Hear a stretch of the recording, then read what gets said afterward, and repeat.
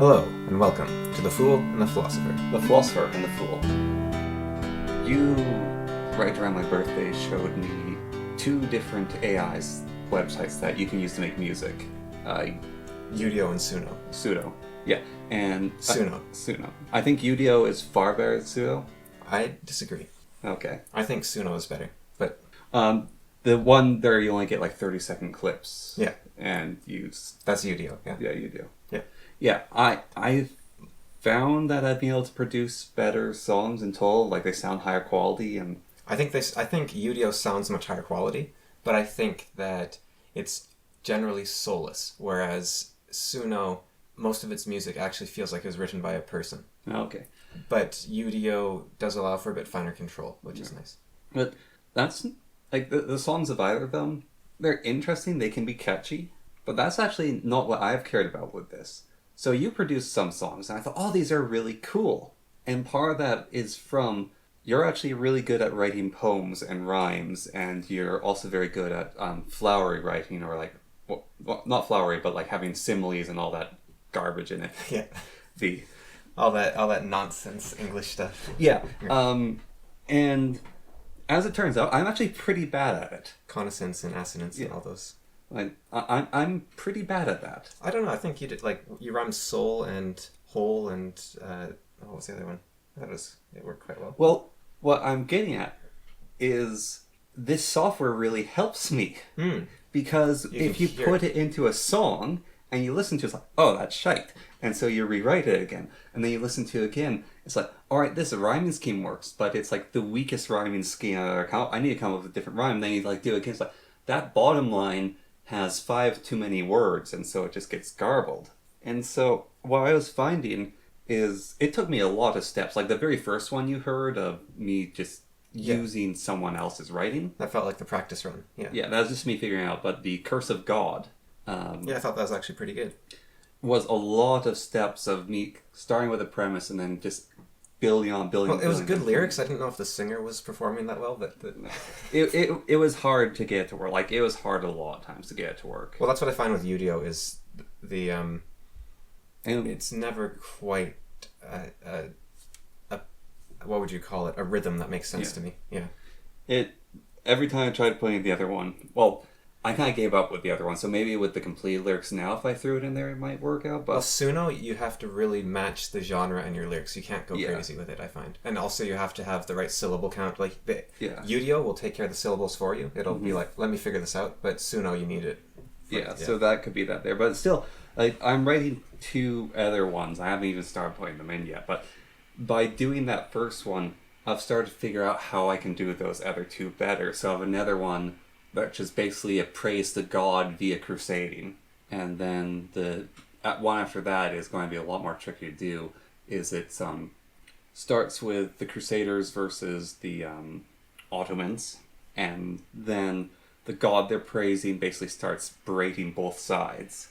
And then it's the colonizers versus the First Nations fighting, like what was that? The song from Pocahontas? Animals, not even human. Savages, Yeah, so it takes a little bit of savages there. And then it switches back to the god berating them, and he's now mocking them that they're worshipping in the wrong god. And it continues to basically the god saying, I'm death. But I don't know how much you've been playing with it, but have you noticed that, at least for me, I've discovered I don't know anything about music? Oh, yeah. Like, I was taught piano for like a decade, and I listened to music. But I'm like, what are the genres called? What are the genres? Yeah, is there more than rap and pop? Well, for me, it's like, all right, let's try a different genre. No, I'm going to go back to symphonic now. No, I'm going back to symphonic. Well, that's part of a problem for me as well. Is I don't like hip hop, rock. I don't like. Those are 2 separate genres I'm talking about. I don't like hip hop or rock. Yeah. I don't like indie. Actually, what I've noticed with using the AI, you had your little indie ukulele song there. Yeah. I've noticed that it's made me appreciate it less, or rather, it's made me hate it more. Hate's too strong, but this sort of, it's meant to be, a lot of indie rock grassroots sort of music is meant to be very like, I'm just a guy with a guitar and I'm simplistic and this is my song, right? And I realized that that's a style that you can entirely aim for. It's not natural, it's actually chosen. And I kind of knew that already, but the AI being able to generate it on the fly makes you realize all those vocal breaks, all those slow plucking, saccharine lyrics, everything about it's all just manufactured, and it makes me dislike it even more. Yeah. And I already didn't like it because it was too slow, and the lyrics were typically, "We'll get a house, you and me," and it's like... Will be fuzzy, but for some reason it feels like I'm dripping melancholy on you. It's like country without the... without at least the ruggedness country provides. And without... Country has a very catchy beat to it a lot of the time. It's like slow bluegrass country without any of the appeal, I find. Yeah. And now... One of the weird things I noticed as well when I was trying to do a different song, I wrote a different song, I didn't even play it for you because I'm not happy with it. Well, I've made like 70, yeah. Yeah, and... more than 70. One of the things I tried was church music.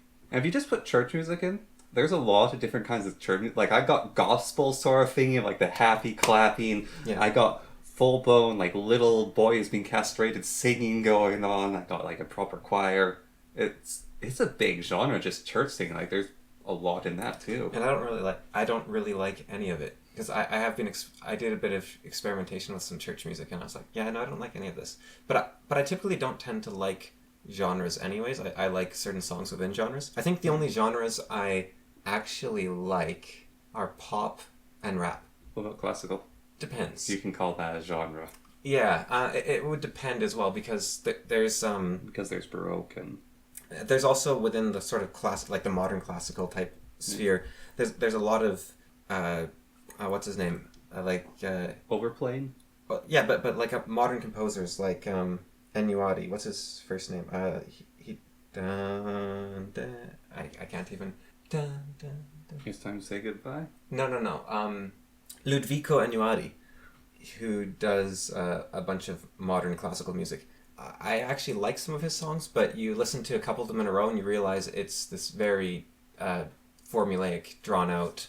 We're going to do it this way. And then you take someone like Bach, and Bach is weird because I think I don't like him, and then I realize like everything is based on Bach, and everything is Bach in the first place. Like all the church music is Bach, and all the game music is Bach, and and so it might just be an overexposure to Bach a lot of the time.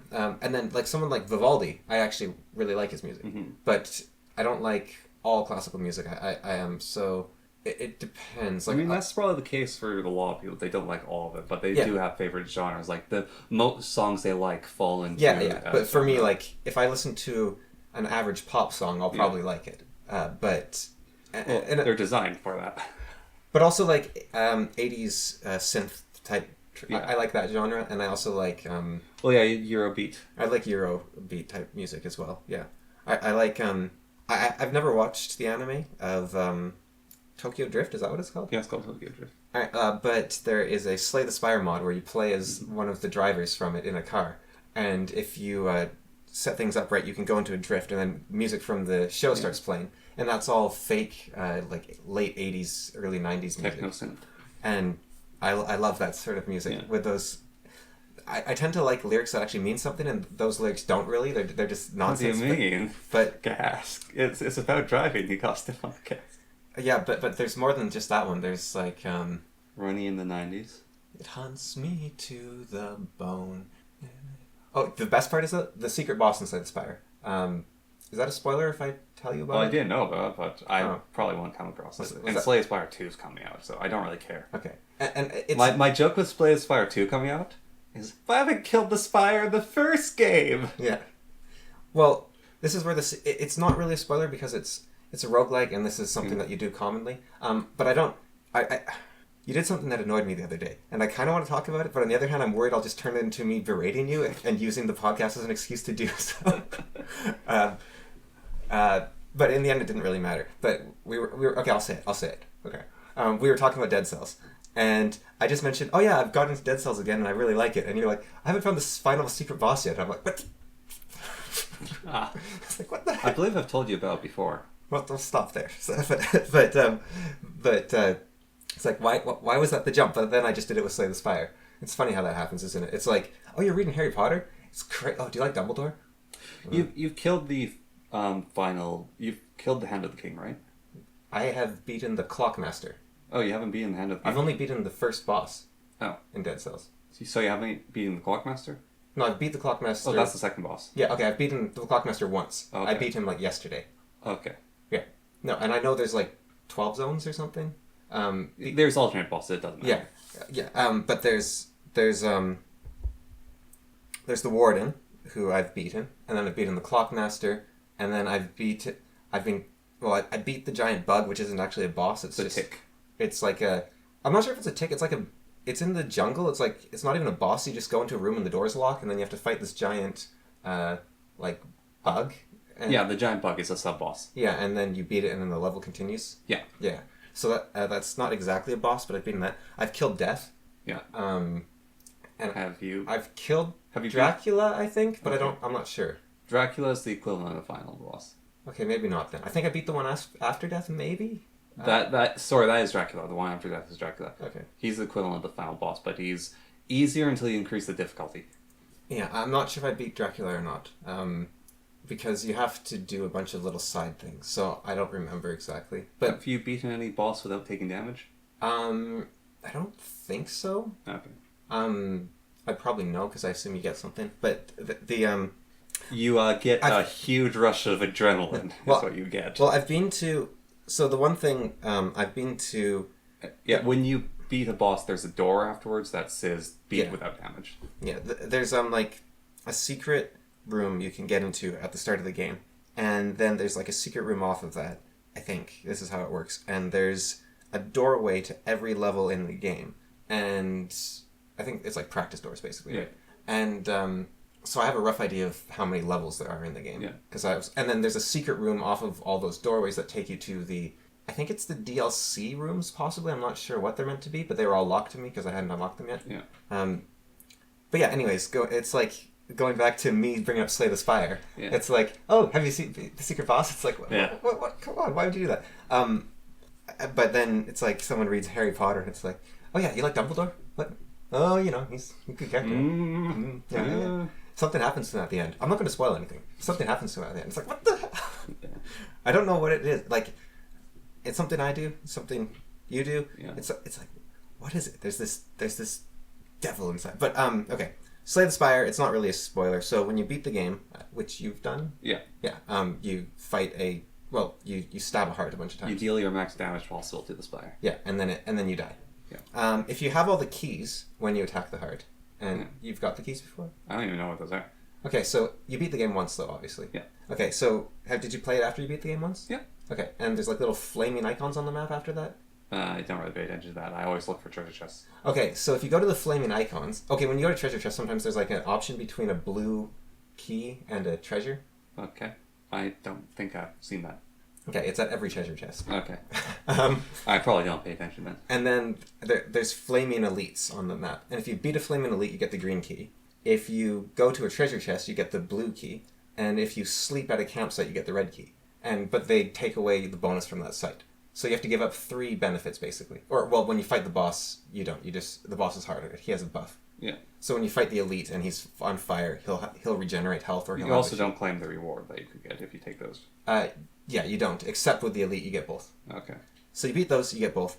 If you collect all 3 keys in a single run, instead of dying to the heart, you go to a new zone where there's a single fight, a single shop, and then the boss. Yeah. And the boss is the heart again. So it's not a very interesting fight in a lot of ways. It's just more of and you win the game even if you lose it. But it's just more of an interesting test of skill. Yeah. Or not even skill because it depends on your deck heavily a lot of the time. If you have the wrong sort of deck, you don't do as well. Right? Yeah. But when you fight the heart and you are the drifter in the drifter mod, the song plays. I can hear your heartbeat and.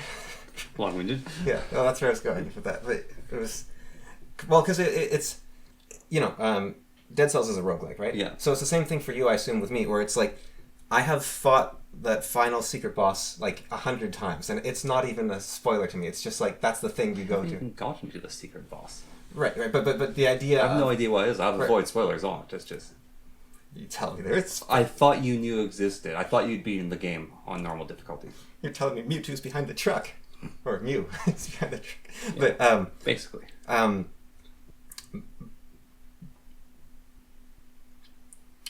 Okay, well, if you said, don't say it, but if you said to me, the final boss in the game is X. Actually, I'm pretty sure I know what the final boss is, I but have no idea what it is. no, not the secret boss. Like, there's just the normal game Yeah. of Dead Cells. If you told me the final boss is X, right?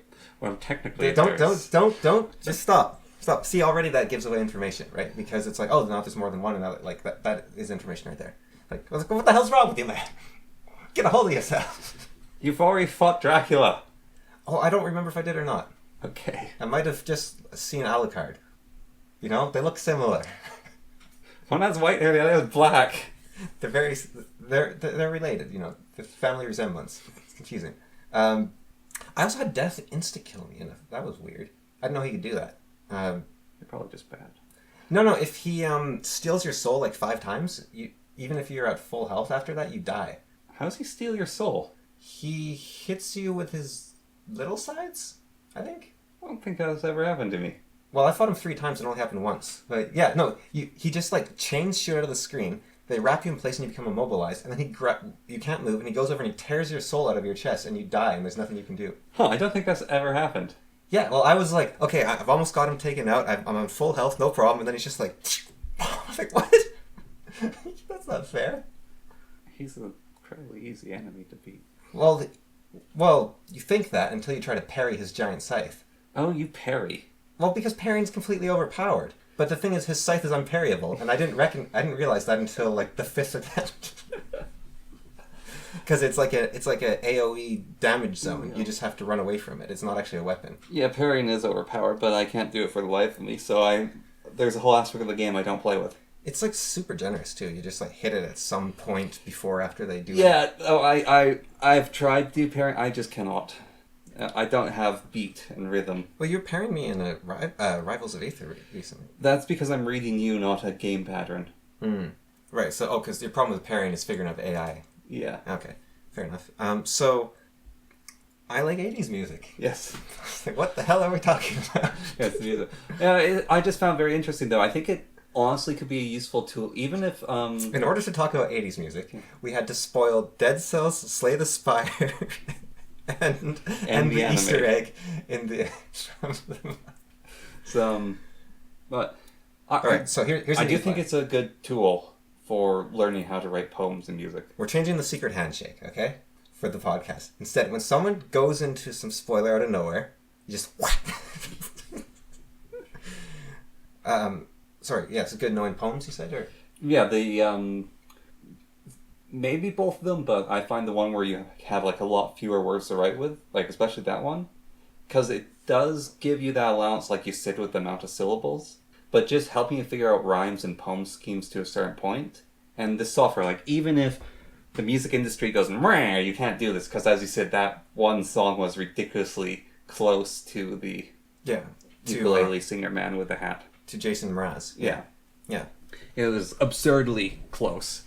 And so, like, there's definitely some iffiness there. And it sounded like the Nightwish singers in one of your other songs. Yeah, exactly. So, and that, And one of my songs sounded like Uriel. and the even Curse of God with that, like, weird German Swedish guy, probably there's some band that sounds like. Yeah. So, but just using it as a tool to learn, people who can write a lot of music, but that don't really know how to, like, write the notes and stuff, but they write a lot of lyrics, like, you throw that in, it's like, okay, this is what it could sound like, and you generate a few times, like, these are different styles, and, oh, these lyrics actually work, or you just want to do poetry, like, you have a class assignment, right? And you want to do poetry. And so you throw this into there, and music will show you what works and doesn't work. Yeah. Yeah, I actually had that happen to me where I put a song in, or I put a poem in, right? And I was like, okay, this doesn't work at all, because there's way too many syllables here, and even though the rhyme scheme works, it would actually work better without the rhyme if I just cut the sentence in half. Yeah. And you said you did that too, where you moved the sentence down. Yeah. And I had to have it be a different line because it just went on too long. it's almost a tool to quickly iterate upon, like, you know how Kerbal Space Program is a way to design a spaceship with, like, quick iterations, because you just build the spaceship, you send it up, if it explodes, you try it again, you send it up, it explodes, it try again. It's kind of like that, but with Poetry. Words? yeah, I'm just trying to remember a promise to myself from the past. I can't remember the exact word. Anyways, the Kerbal Space Program, you get the iteration, and then with this music program, you're like, okay, does this song work? Okay, no, that could be changed. Okay, does this work? No, that could be changed. Okay, does this work? No, that could be changed. And also, I think it gives you an idea of if the AI just can't figure it out, but you're like, obviously it just needs to be da da da da da. Then oh, well, now I know what to do for me. Yeah. Or it can let you find how tacky the thing you wrote is. Because good God, like the very first thing I did that I didn't show you, it's like hurts that to know that I wrote that. I kind of wish it would allow for combined like the freedom you get with like ControlNet using automatic 1111 and stable diffusion. Yeah. How you can do all sorts of things, and you can use in-painting, and you can use like you could go yoink and type some notes in. Yeah, if you could. But you could be like, okay, I want this pattern structure right here. Here's a whistle sample. Because there has been demonstrations where they actually can convert instruments to other instruments. And also, the problem there is I think it becomes so easy to just run someone else's song through it and then, oh, look at the song I made. But on the other hand, that would still be violating copyright in the first place. So it's not like it would be their fault for someone doing that. Yeah. Because you could say, oh, Audacity, you can just copy someone's song and then publish it. So I don't think it'd be their fault. What's really interesting about this program... So there was the writer's strike in Hollywood when you had the AI and other things, and then you have artists still complaining a lot about Stable Diffusion and Midjourney and DALL-E. Yeah. Musicians seem to be on board with this. Well, I think they understand what I've said with it lets you hear these things, it helps you learn it, it lets you see what works. You could be messing around, right? And you hear this one bit, and you're like, alright, this song that made is garbage. It's soulless, the singer is like some weird Albanian man. But that one riff that I just played, goes into this song here that I've been stuck on for 2 years. I put that in there, and that works. Yeah, or you can be like, okay, I can't get the band together for whatever reason. I just want to see if these lyrics work. I'll just chuck it through. We'll see what happens a couple times. Okay, this will work, and then and be cool to a certain extent. Let's say you are the band of like Sabaton. There's Sabaton, and the lead singer is their Sabaton style song. Yeah, well, that's actually another one of my issues with the whole I don't know genres thing, right? Suno, at least, doesn't allow you to compare to real-world bands or artists. Udio says... I didn't read their terms and conditions, actually, but I have typed in, like, based on this person's music, and they any prompt you give it, they run through an LLM that changes it into keywords for it. Yeah. So I assume it would strip that out of there, but I did say, like, play like Vivaldi and that sort of thing, and it kind of worked. But... I think it would be... Well, no, I was talking about how I don't really like genres, I like individual songs. Yeah. But I also tend to like individual bands. So I like Sabaton, as you brought up. Mm-hmm. But I don't like power metal. I don't like symphonic metal so much. For the most part. There's a few like Beast in Black. But again, Beast in Black is this sort of 80s synth combined with metal fusion. And so what I like is the creator's signature, obviously, not the genre necessarily. And... that is sort of without any sort of fine-tuning control for the AI. Even if you can say, I want a reggae, like, epic metal song, and it's able to combine those. I forgot. That was what I was going to that Cursey song. I was going to put it to salsa. That's what I wanted to do. But I think it has this issue of, if you, let's say you become the AI Dr. Luke, right? You still... It's hard to leave your mark anywhere, and I think that will be its downfall, unless it does allow little fine-tuning things so that you can always have a song that sounds like your own, make it your own. But I don't think, like, is anyone ever going to listen to, like on Udio right now, Bobby B, I think he's the most popular, all his songs are up there. And so is someone going to be like, oh yeah, I got the new Bobby B album, and is that going to be something someone's interested in? Maybe if it's funny, like he tends to do a bit of sort of funny songs, but that is actually the industry I think will be most affected, is the funny music, the sort of... clever comedy music? Yeah, not quite clever though, but like, what's that word where you don't care, where you... Irreverent. So, the sort of irreverent comedy music, where the joke is in the lyrics rather than making an actually good song. Yeah. And the thing was, most people could sort of do that to a degree. Like, it does take talent to write good lyrics, but... the talent came in, nobody can perform these except these guys. And so, the Ducky of Awesome, and for example... Bo Burnham. Yeah, there's no other person out there like them because they can actually do the performance and write the songs. Yeah. But now that market's going to explode because way more people can write than can perform. And suddenly you're going to have everyone's a Bo Burnham. And suddenly Bo Burnham will need to make actually good songs on a... like the kind of song you just put on the background and listen to in order to stand out. Yeah. And so I think people like him are going to be the ones that most suffer. Now he does a lot of performance art on top of his songs, so I think he's actually okay. But someone like Weird Al Yankovic, well, that's parody, but his non-parody songs, like his Pantheon song, they're not going to, and Weasel Stomping Day and those sort of songs. Yeah, Arrogant Worms. Yeah, those aren't going to really stand out anymore. They're not going to be interesting songs at this point. Sea shanties are another genre I kind of like, but it's kind of weird to call it a genre almost. But I think, who was the other? There's a lot of bands, I guess, that do those sort of little silly songs, and I think they're going to be the ones that suffer the most. And I think people are also going to quickly become tired of it because it's no longer a novelty. Yeah. Because the funny songs, people are going to be yearning more and more for authenticity. Yeah. Well, someone called it musical slop. He's saying, I hate that my brain likes it because my soul despises this. There's nothing authentic about it. The sort of... the AI music. Oh, I don't think that's true about the AI Well, music. this is just what one guy said. Yeah. No, well, it depends. So if you use Suno enough, you'll notice that it actually does something very commonly, where it follows a very rigid formula, where it starts a song simple and then it layers in more and more until the music is swelling, the singers are belting, there's a crowd of singers going together. That's something a lot of pop music does already, and it abuses your emotions. It completely grabs hold of them and says, "Oh yeah, this is uplifting, this is exciting, but." Musicians do that. It knows how to do that because it was copying musicians. And well, so I haven't completely listened to it. I only heard the start of it. It's interesting though just to hear the start of this, not know it. So Jordan Peterson was talking with that long-haired beardy fellow with the funny shirts. Anyways, he's a British comedian, spiritualist guy. Okay, I know who you're talking about. Yeah. Anyways, Russell Brand. Yeah, Russell Brand. And they are talking about collective consciousness. And Jordan Peterson starts out by talking about language models and saying that these are basically collective consciousness. It's you take all of human knowledge and you throw it into something. Yeah. It becomes the collective unconscious. It's the thing that Jung was talking about. Yeah. Yeah, and that's what they're talking about, the collective unconscious. And so I haven't listened any further than that, but just that sort of thing there, and me thinking about this with music, it's sort of you pour all of music into a blender and then you squeeze out. But I think where the soullessness comes in for that person you're talking about, what they might be thinking is there was not now this isn't necessarily true because you do still have a little bit of input into these things, but they might be saying something like, the point of music is to feel connected with everyone, and it's to feel connected with the artist. And at what point did the artist say, this is where I feel sad, this is where the music swells? There's no intentionality with it. Yeah. Intentionality, yeah. Yeah.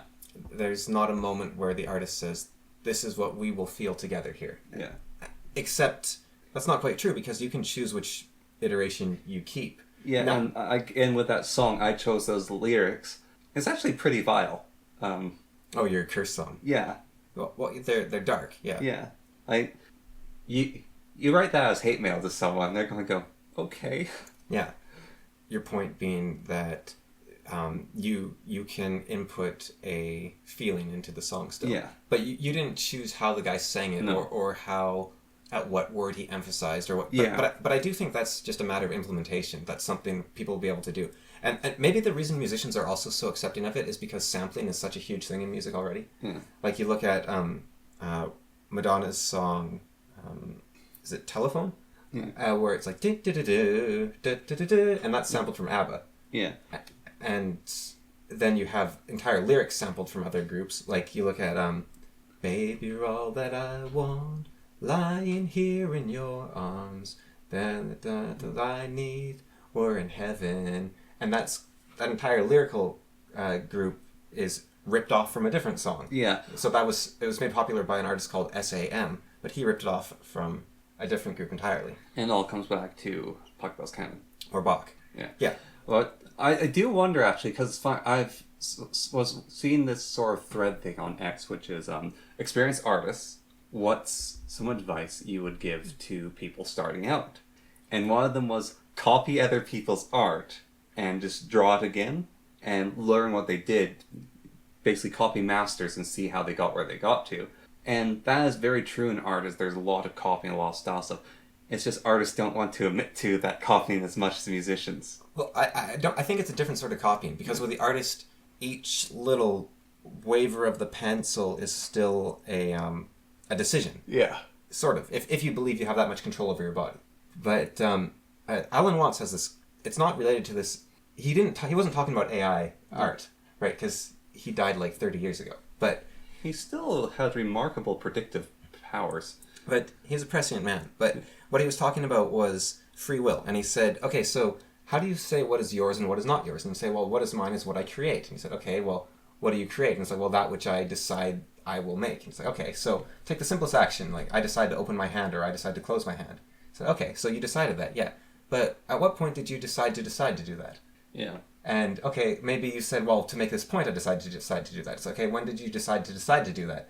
And at that point, you realize that there is no me making the decisions. At some point, it is the universe making the decision. And then he went to this tangent about how everything's connected and we're all one with the universe at all times, which I'm not sure about exactly, but I think his point stands that at some point, you're not in control of your body. And so you say, well, I chose to put in the hard work to do art. It's like, yeah, well, someone else couldn't make that choice because they didn't have the same desire bone in their body to make art. And you said you decided to do that little wiggle for your painting. Yeah. So, well, did you decide that, or was that God tilting the brush, or was that something else? We are large language models, and we're just the curators deciding what happens. Well, I think, okay, so one thing you can do with large language models is you can say, think through it step by step, and then you can tell them, correct your answer. Right. Yeah. And what will happen is they will then work out their. So they can only predict the next token. They don't know what they have said in the past. So they have no. They can't plan ahead. Yeah. So a really hard task for them is to do something like write a sentence where the first and the last letter are the same. It's very hard to do because it doesn't look forward and plan it out. Okay, so it'd be easiest to end with an E, so I should start the sentence with an E. Instead, it'll be like, okay. Xylophones are, and then it'll start writing and be like, and it'll get near the end and be like, okay, so the first letter was an X, and oh great, I just made this hard for myself. Now I can only end with the word sax or something, right? Yeah. And so they make it harder for themselves. And there's examples where it's even harder for them to do because they can't plan ahead. But then what you can say is go back and correct your work, and it'll look back and it'll say, oh, okay, yeah, no, now I can look back and I can say it'd be much easier if it was an E, so I'll switch that out with an E, and I'll switch that out with an E, and then I'm done. And so if you look at a human like that, then you can say what we do is we generate the input in our head instantaneously, we hold on to that, we review it, then we do it a couple more times, and then we get the answer we want, we spit it out. And if that's how humans work, then that would be this, then the language model is making a choice at that point, but even its ability to make a choice is sort of hard-coded by its training. But there is a randomness to these things. It's called temperature, and it allows it to basically... It makes its weights fuzzy, so it doesn't always say A plus B equals C. It's like A plus B has a 40% chance to equal C and a 50% chance to equal D. And the fuzzier it is, the less that difference matters. Because if you say with a 10% error bracket, then it's basically 50-50. Yeah. And if you look at a human like that, then you say, okay, your training was everything you did up to that point. Because we're continually training as well as doing this process. But at the end... it was a whim where you decide to make your brush go one way and not the other. And who dictates that whim? If you're some sort of nihilistic atheist, you might say it was randomness of fate or quantum interaction, like a radiation interaction with your brain, or entropy, or a move towards more entropy. Yeah, although humans tend to go against entropy, so we don't really follow the laws of entropy in the short term. Yeah. In the long term, we do, but not in the short term. You cannot escape the laws of entropy in the long term. Well, you can, but then that might reverse time, like we talked about before, right? Yeah. Because, definitionally, it might reverse time. That was Hawking's idea, which he cribbed from me, but no one knows, right? It's just an observation, and it could be totally wrong. But basically, we've tied our definition of forward-moving time to entropy at this point. Yeah. And so, if they're separate, then reversing time would basically be a local event that was magic. Like if you use a block of ice to cool down how to put it? You could use a block of ice to heat a room, and it would just get colder and colder and colder. But you could also use it to cool down a room, and the block of ice would turn into lava, but the room would continually draw heat into it, theoretically. And that's just unlikely, but it's not impossible. But it's so unlikely that you'd say, well, time's going backwards because the heat is flowing in the wrong direction. Yeah. But I think where musicians come in is the artists are looking at the artists that are complaining about AI art are looking at this very fine, like every little line is my decision. Whereas a musician is like every performance is different. Like if you make a painting, that is your painting, right? That is the painting. But with a musician, it's like the way you waver each note doesn't actually matter because every performance is going to be different. So the song is on a macro scale compared to the micro of the painter. I disagree on painting, not to your level of everything's being my decision of like what is it? Is it God's hand touching you? Is it chaos moving you? Because one of the things I really like about the medium of paint is you have all those cheats that Bob Ross has. Yeah. To make a mountain, you load a knife and you spread it out. And to do clouds, you take a sponge and you go pa pa pa pa pa pa pa pa pa. And there's this thing you can do to make trees, coniferous trees in general, and flowers, which is you have a long, what is it called, fibered brush, and it's very wide and long. And you load the end with different colors. And then you splat down, then you let it draw out, and it sort of makes like a flower petal each time, or a coniferous tree sort of like triangle loop. And there is, like, maybe a master artist knows exactly how it's going to turn out. But I've found what my art teacher taught to our class is you don't actually know what you're going to get, but you're doing the technique that will give you a nice looking result, and you're doing it with intentionality of this is going to be a tree. And that's even the happy little accident. It's like, oop, there's a smudge there. Well, I think that's where I say that the artist that agrees with you there is the one that is less critical of AI art. That's my theory, anyways, because I think there's some artists that say, no, we choose every point. And that's what I love about using acrylic paint, and that's why I prefer it over a pencil. Which is why one of my main arguments against AI artists not being artists is, okay, did you carve the wood for your brush and put every bristle in, and did you chew your own paint and choose your own pigments and raise the animals so that you could kill them for the paint and everything else? Because you're right, art is macro, like at a certain point. But a lot of people criticize Bob Ross for making art simplistic and so that, but you don't get to choose where every splatter lands. Yeah. You look at someone like Pollock, and you could almost call him the ultimate expression of that freedom of I will see what happens, and there we go. Apparently, so there's this thing, Operation Mockingbird, was it, where basically now people say that artists were post-modern artists were working for the FBI and the CIA to destroy the concept of art or to something along those lines. I'm not sure what the end goal was, but as far as I can tell, that isn't true. But they were sponsoring a lot of artists. So they weren't going to the artist and saying, hey, make this art that will do this. But they're like, oh, Pollock, you do this. Here's like $1,000. Keep it up, kid. That sort of thing. Yeah.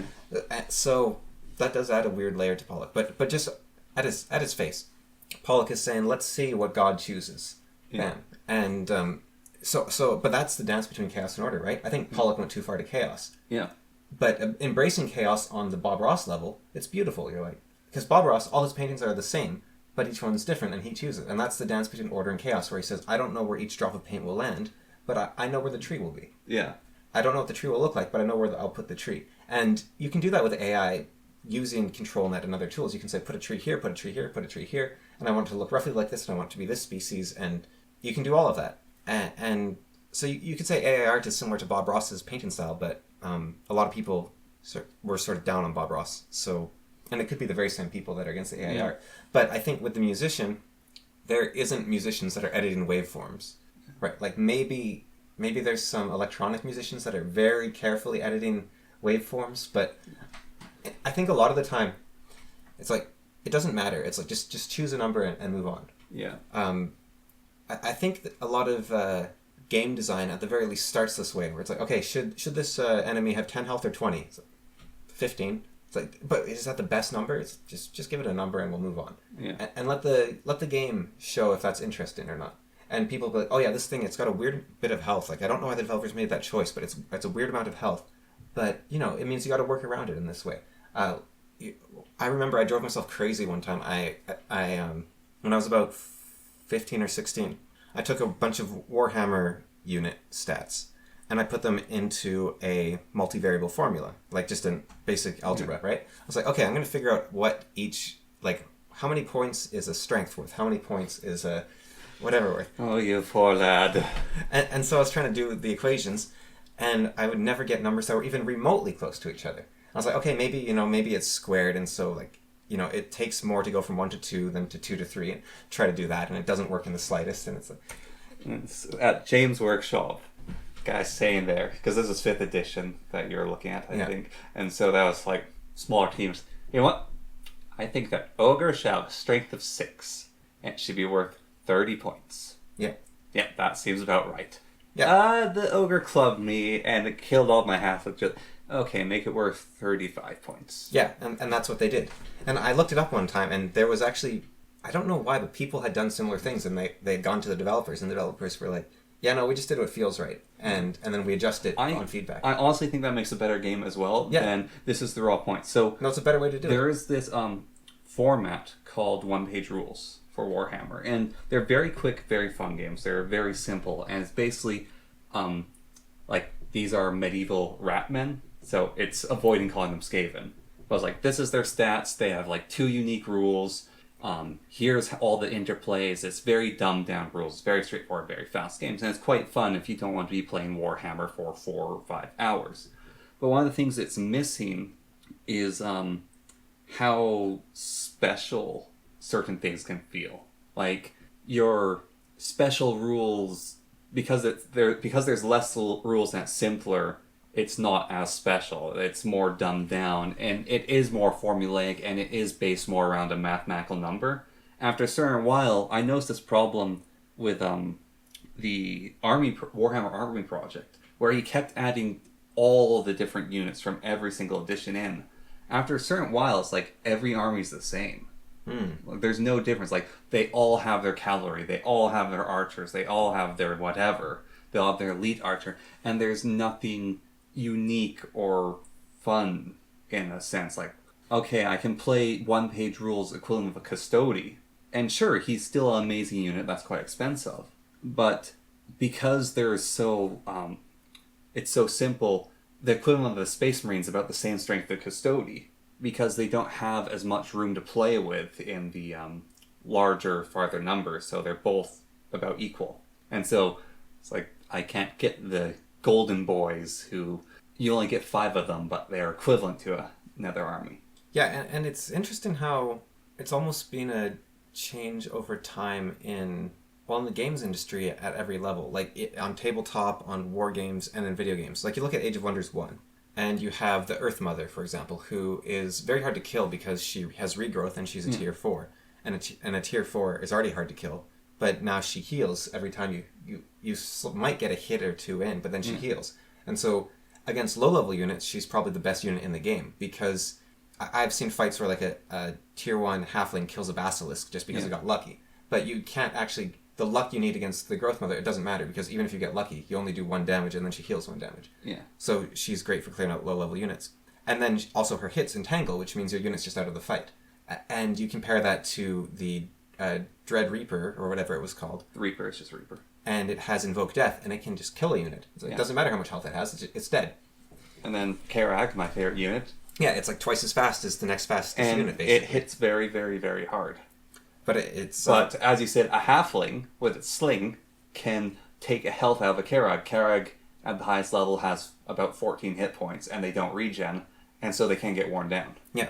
Whereas the Earth Mother never will. And so they feel very different from each other. Yeah. And then you look at something like the Incarnate, and it breaks all the rules of the game to the point where it breaks the game engine. Yeah. But it can possess units, and then those units can possess further units, and you can get this turducken of units that you can go around with. And I'm pretty sure the turducken is actually unintended behavior. It's a bug that happens every once in a while. You can't do it in the GOG version. They fixed it, or... Or it just hasn't happened yet. It just doesn't happen. I've played the GOG version, and it doesn't happen anymore. And then you look at the Human's Top unit, which is an airship, and it's a ranged flying unit, which there's very few in the game. It might be the only one. The dragons do that, but it's an AoE breath attack. Yeah, and I don't think that's as usable as the... No, it's not. Because you can't hit a flying unit unless it attacks you. Yeah. But the airship is ranged, so it never attacks you directly. And also the airship can carry other units with it. And the way to beat... If you ever play Age of Wonders 1, and you're having trouble with the campaign, I'll tell you how to beat it. Get a hero, be an air mage. Give yourself as much defense as early on as you can, Once you've maxed up your defense, max out your spell casting, learn the spell fly, cast on yourself, and you've won the game. Because then only dragons and Well, airships. only dragons, airships can really hurt you, but hero stats are better than all those units at the late game, and that's when those units start showing up. And your only problem is sieging cities that are underground, because flying units can't go over walls when it's in an underground fight. So just get Spire Climb. And then the Astra might be a problem still. They're the angels that the high men get. No, they're not. Your hero stats can get to 10, 10, 10, 10, 10 quite easily in that by getting magic items of various different kits of gear. And so if you add fly to that, most of the unit games can't fight you. So you need like a flying Archon. Yeah. And so then you learn Chain Lightning, then you fly up and you just shoot at them and you're alright. I think Archon are immune to magic. And then you hit them with rocks because they're not immune to physical damage. But yeah, it's flying's OP. And then you look at something like the Ice Queen, and she freezes over the map where she walks. Yeah. And you look at the Inquisitor, the Executioner, and he unexplores the map where he walks. So, but then you go to Age of Wonders 3, and now the Ice Queen can sacrifice itself to turn a bit of the map a bit snowier. Yeah. She can't actually freeze water where she walks. There is nothing that leaves a trail of darkness. They got rid of the Incarnate, which might have just... Well, they said they wanted it, but they couldn't add it in because it was too complicated. And they couldn't add it to number 4 either. Oh, it's not number 4? No. Oh.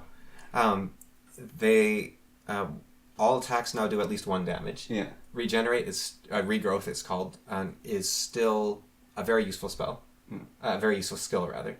But it's not on the same scale of, I can't get hit. You can get worn down and you can get flanked. So flanking lets you do 2 more damage in every damage channel to the unit you attack. And also their stamina, so you can just run out of... Yeah, so you have to be tireless, have regenerate, and a bunch of defense. Yeah. And even then you can get worn down with your weaknesses and whatnot.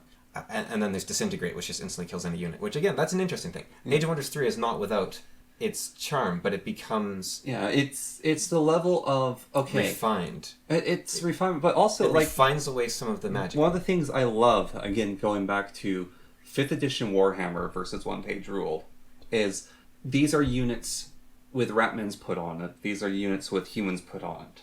Whereas what Warhammer 5th edition is, alright, these are halflings. And this is what a halfling is like. Yeah. This is what these are ogres. This is what ogres are like. And that's the same thing with Age of Wonders 1, is these are halflings, where halflings like... And then you go to Age of Wonders 4, and it's, well, these are vampire halflings, and how do we accommodate that? And yeah, well, that's like the Ice Queen not leaving a trail. So one thing I did in my Wrong Kind of Balance mod is I gave back the Ice Queen's ability to freeze water. Yeah. And I was thinking about it. I was like, is this overpowered? It's like, because, it breaks all sorts of aspects of the game. And I thought, yeah, it does, but Ice Queens freeze water. Yeah. Like this, my hands are tied. And one of the best things you can do, Ice Queen in number 1, is if she's walking and you cast a spell Destroy Ice, it doesn't matter if there's an Ice Queen walking. It melts the ice and kills her and the army she's escorting. And so what I did was I added Melt Ice. I added the spell Melt Ice to Age of Wonders 3. Because I was like, Ice Queens freeze up water. What can I do? But I'll add this in because... And that's the way I try to balance it. But with tabletop RPGs, you look at 5th edition, and you can have all these... You can have a unit like a dragon, and it'll say it casts Polymorph as a level 4 wizard twice per day. It casts this as this. It has this keyword, Fireball. It has this keyword, it has this keyword. And you go, okay, but then you look at 1st edition, or basic, and it'll say, instead of saying it can cast Charm twice per day, it'll say the Nymph, it's able to mind control units, which is similar. You can follow the rules for Charm if you like. Okay. So it's a slight tweak, but it's not that it's just a block of keywords and stats. It's actually like, okay, this is what it does, and if you need a referee to help you out here, this is the place you can look. And now, keywords are very powerful. Magic the Gathering is based on keywords. Yeah. But Yu-Gi-Oh! Has a charm to it, where Yu-Gi-Oh! Doesn't use keywords, and instead it just has, 3 paragraphs of text crammed into a tiny little space. Yeah. And it's horrible to read, but it has a charm to it that there's a game called Sorcery. It's based on Magic. It's a new game, but it's based on Magic. And its cards, they completely go off of keywords, but they also don't do the Yu-Gi-Oh! Thing. But instead the cards will be stuff like, you put your card on top of your opponent's card. And I saw a review and the guy's like, so that doesn't mean anything, but it says to do that. So you put your card on top. Makes me think of that Pro ZD, which I play Groin Puncher, which lets me punch you in the groin. Yeah, but then what happens, right, is it'll be, okay, so this card attacks everyone that is, so anyone that's standing next to each other dies, right? Yeah. So that's your card in sorcery. It's like, okay, well, how do you know if someone's standing next to each other? Well, I'm not sure, but someone that's on top of someone else is obviously standing next to each other, so those two are dead. Yeah. And so it leads to a lot more argument and a lot more, you can't have a pro scene, right? But it makes the game a lot more crunchy. Well, so... And not in a number crunchy way. I think battle reports, I kind of like watching them. And that comes from, I go to our game shop, and I don't have any Warhammer armies I can play with, really. But I enjoy watching people play Warhammer. So battle reports are kind of like that, but you can't put your input and you can't speak to them. But my favorite to watch is from Channel's Games Night. What's credible about it is you have two players, and they're playing against each other. And then you have the host of the channel, Ben. And he's the ref and game master. And so they'll be playing against each other, and then someone's like, alright, I'm going to go to the top of this tower, the Wolfstadt Tower. And my Nazi commissar is going to invoke the bloodline of his family to see what he gets. And the person has no idea what's going to happen. And so Ben then puts a giant crab onto the battlefield. It's like, you summon Crabulon from the river here. And here's his stat sheet. And the person who's playing the allies is like, what? I have to fight Crabulon now? Yeah, and that's, well, there's a reason why early war games all had refs, right? Mm-hmm. And it allows for that. Because it's like, okay, I crawl through the mud to try to avoid enemy fire. And it's like, well, there's no rule for crawling in this war game. But you have a ref, and he's like, okay, yeah, sure. So you move at quarter speed, but you have a +2 to dodge. Yeah. And that's something refs could do back in the day. I think it adds something to war games. Like, you can even just put it in there.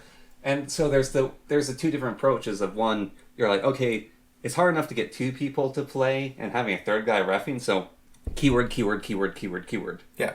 Because we also don't want the arguing between the two people from sorcery. But if you have a ref, the ref goes, alright, yeah, it doesn't make sense that your fireball can pass through that wall, and we don't really, you're not looking at the caliber, you're not measuring it, the ref just goes, yeah, the fireball couldn't go through that. There's a song, I don't remember who sung it, but it goes like, inchworm, how clever you are, going through the marigolds, measuring them all, something like that. Yeah. And then it says, inchworm, you ever stop and see how beautiful all these marigolds actually are? Yeah. It's something like that, right? And I think the rational method of breaking everything down into component parts, beginning, middle, end, here's the denouement of the story, here's the climax, you follow all the rules and you get a pretty good product like Magic the Gathering. Keywords, they work great, but you do lose, if you leave a little bit of room for chaos, you lose something. There's actually, funnily enough, the reason I have this book here right now. So this is Huckleberry Finn. And at the very start of Huckleberry Finn, there is a notice from Samuel Clemens, or Mark Twain, where it says, notice, persons attempting to find a motive in this narrative will be prosecuted. Persons attempting to find a moral in it will be banished. Persons attempting to find a plot in it will be shot, by order of the author. And he's saying, look, you can't just break this down into component parts. This is a story. And it's a story that you can't just break apart and find a plot or a moral or anything else. And I really like that. It was... Mark Twain's pen name? Yeah. I really like that. He's telling you off, kind of like Tolkien. Yeah. With the people giving those letters, like, saw it off! Have you heard about the conspiracy theory that because Tolkien had access to the Oxford libraries, and because he was a scholar of renown, and a translator... He was a translator. He got access to the the royal archives, and they had the actual history of England. And well, you don't have to go any further with this because here's the theory. I'm going to draw my own conclusion, and I believe it. Okay. Is yes. Yeah. Sure. That's the first time I've heard, but yes, that was the history of England. But he is also very creative, and he wrote it well. He had to interpret it. And I think what it's based upon is the fact that in a lot of the books he talks about himself, like I was the translator of the Red Book of the Marsh and that sort of thing. But that was a very common thing for authors to do. Yes. Until authors did a thing as well with that, which is it is not known why he did these actions, and it's only the author can guess to it. Yeah, or maybe even the author doesn't know, and they're being lazy. Although I do like what Hemingway said, where he said you have to know the answer to all the questions your book raises, but you don't have to tell anyone them. Yeah. Which I really like Hemingway's rule with that. Now, he did end up... I don't know why my mind went there. Well, he ended up shooting himself, right? Yeah. But I don't think it was related to his rule on writing. No. can never be sure. Wasn't he driven insane by someone? By the CIA, yeah. Because basically he was called. Everyone said, "Why are you so paranoid and crazy that you think people are stalking you and spying on you everywhere, and you think there's like bugs hidden inside your books and in your walls and listening to you?" And no one would believe him, and he was put into an insane asylum. And he was right, though. That he was actually getting stalked and spied upon, and there was bugs put everywhere and whatnot. Yeah. Sometimes I wonder, like, it's kind of a contemporary topic, but it extends beyond that. So there's this war between Israel and Palestine right now, right? And it hasn't turned into a war between like Saudi Arabia and the United States. It hasn't turned into a much larger war. Yeah. And then Saudi Arabia, maybe they pull in help from Russia or if they can get or Brazil or something like that. Because, they have that vague economic alliance, the BRICS. And the fact that it hasn't turned into World War III, you're like, well, yeah, of course, that'd be unlikely, right? But that means someone is doing their job somewhere, right? Like the United States government is meeting with the right people at Saudi Arabia, the right people in Palestine, the right people in Israel, and saying, we're going to keep this fight to this border, basically. We're going to keep this very contained. So there's some people doing very good work to keep the majority of the world very safe, right? But then when you look at the political landscape and the discussions that are happening, it's like, let's say in the United States, it's like, oh, there's abortion, there's not abortion, Biden is feeble, he's fine, or these people are racist, these people are this, these people are that. You have people talking about, I don't want these pronouns, I don't want these trans bathrooms, you shouldn't be going after these kids in schools. And I'm not saying any of these issues are good or bad, or not worthy of discussion, right? You can't let the minutia go out of control and then suddenly you're chopping every kid into little pieces for Moloch or something, right? You don't want to have that happen. But I think that someone like Biden, his job really isn't to decide who gets to go in trans bathrooms or not. His job is to stop World War III. And he's doing that quite well, it appears. Well, that's diplomats do that as well. Yeah, but he's the head of it, right? He's the guy sending the diplomat. Theoretically, he's the guy calling the shots and saying, do this, do that. And he's the guy appointing the diplomats, and he's... I think there's another factor to that. With the remarkable amount of peace, and it's in everyone's best interest not to fight. Yeah. Because a lot of money can be made if you're trading instead of fighting. Right, well, a lot of money can be made if you're fighting as well. Yeah. That's how the United States became the richest country on Earth. Well, it's you don't want your trade messed with. Like the that little... And that isn't a military-industrial complex conspiracy theory. That's what happened after World War II. And that's why the UK was no longer economically powerful. Because they went into debt. They owed billions to the States. Yeah. Yeah. But, so you're right, there is profit in war, I guess. But I think... But nobody wants a war, really. Yeah, a lot of people don't want to fight. But the fact that... No, you're right on that to a certain extent. What we talk about is not like... Okay, if we extend this roadway, we will cut down on this thing by 10%, and therefore people will be able to get to work on time, and therefore the economy will do this much better in this state, and if we have this shipment go through, we won't have a diplomatic incident with China, and therefore we can go to the dinner party with Xi Jinping tomorrow, and he'll be happier, and then we can avoid a bidding war over the price of superconductors or something like that, right? Yeah. And that is not what people... So I think where this sort of comes to me is, as a politician at a high level, like a president, right? If you play a game like diplomacy, you also feel this, I think, to a degree. You have your goals, right, which are on one hand. You're like, I want to... Even if you're a corrupt, evil politician, right? Let's say you're the most corrupt, evil politician ever. You're like, I want to make tons of money, and I want to keep this war going without it going too far that I start losing money, right? Yeah. And I want to be corrupt and evil. And then you don't actually care about what everyone noise, what the little people are yammering about, where they're like, oh, the economy or the inflation or the trans or the racists, right? You're like, yeah, okay, I just have to keep throwing them a bone. I have to keep stirring the pot, but not so much that it boils over. I just got to. Well, in theory, if you spoil it, it shouldn't boil over. But I've just got to keep them happy enough that I can do what I want, and you get that in Got to stir it often enough so it doesn't boil over. Yeah, metaphorically doesn't work. But you could say you got to stir it. You want to keep the heat high, but you have to keep stirring it to avoid it from boiling over. Mm-hmm. Yeah, but like in diplomacy, right? You're like, okay, everyone's dying from the environment, so I'm going to reduce the amount of cars by getting this democracy. Yeah. Diplomacy is a completely different. So I'm going to get this train going, right? And so I need to get this railway going, but to do that, I'm going to have to go into debt, and it's also going to make a bunch of the commuter. Like the car manufacturers unhappy. Yeah. So, I'm going to have to put a, what are those things called where you give money to, Kickback? no, it's like a stimulus, but you pay money so that something's cheaper, like what we do with oil in Canada. I know what you're talking about. Incentive? Subsidy. Subsidy, yes. Yeah, that's the word. So you, okay, I just need to keep these people happy because the election's about to happen. I don't actually care whether they're happy or not in the long run, but I'm just going to give the oil subsidy right now so that I can focus on getting this train system established so that people stop dying from lung disease. And that's sort of how you play the game. And I'm not saying those numbers are accurate or that's how things would work in real life, but that's kind of how your mind works when you're way up at the top, I think, just based on that experience with that game where you're like, okay, stop World War III. I'll say this group is good, and then that group's good, and okay, now they're both angry. I'll give them something else to look at, and then okay, that's working for a bit, and now this. Now you know in RimWorld when you have to bury a body because it's ruining your colony's happiness. You don't send your saddest person to go bury the body. You send your happiest person to bury the body. So if you look at that landscape, whatever group is sort of being downtrodden is the group that you think can take it. Right, from a leader perspective. And that's actually, you say, okay, what about the slaves in the United States, right? You have all these black slaves. It's like, why were they getting all the hatred? Well, the thing was, the original slaves in the United States were actually First Nations.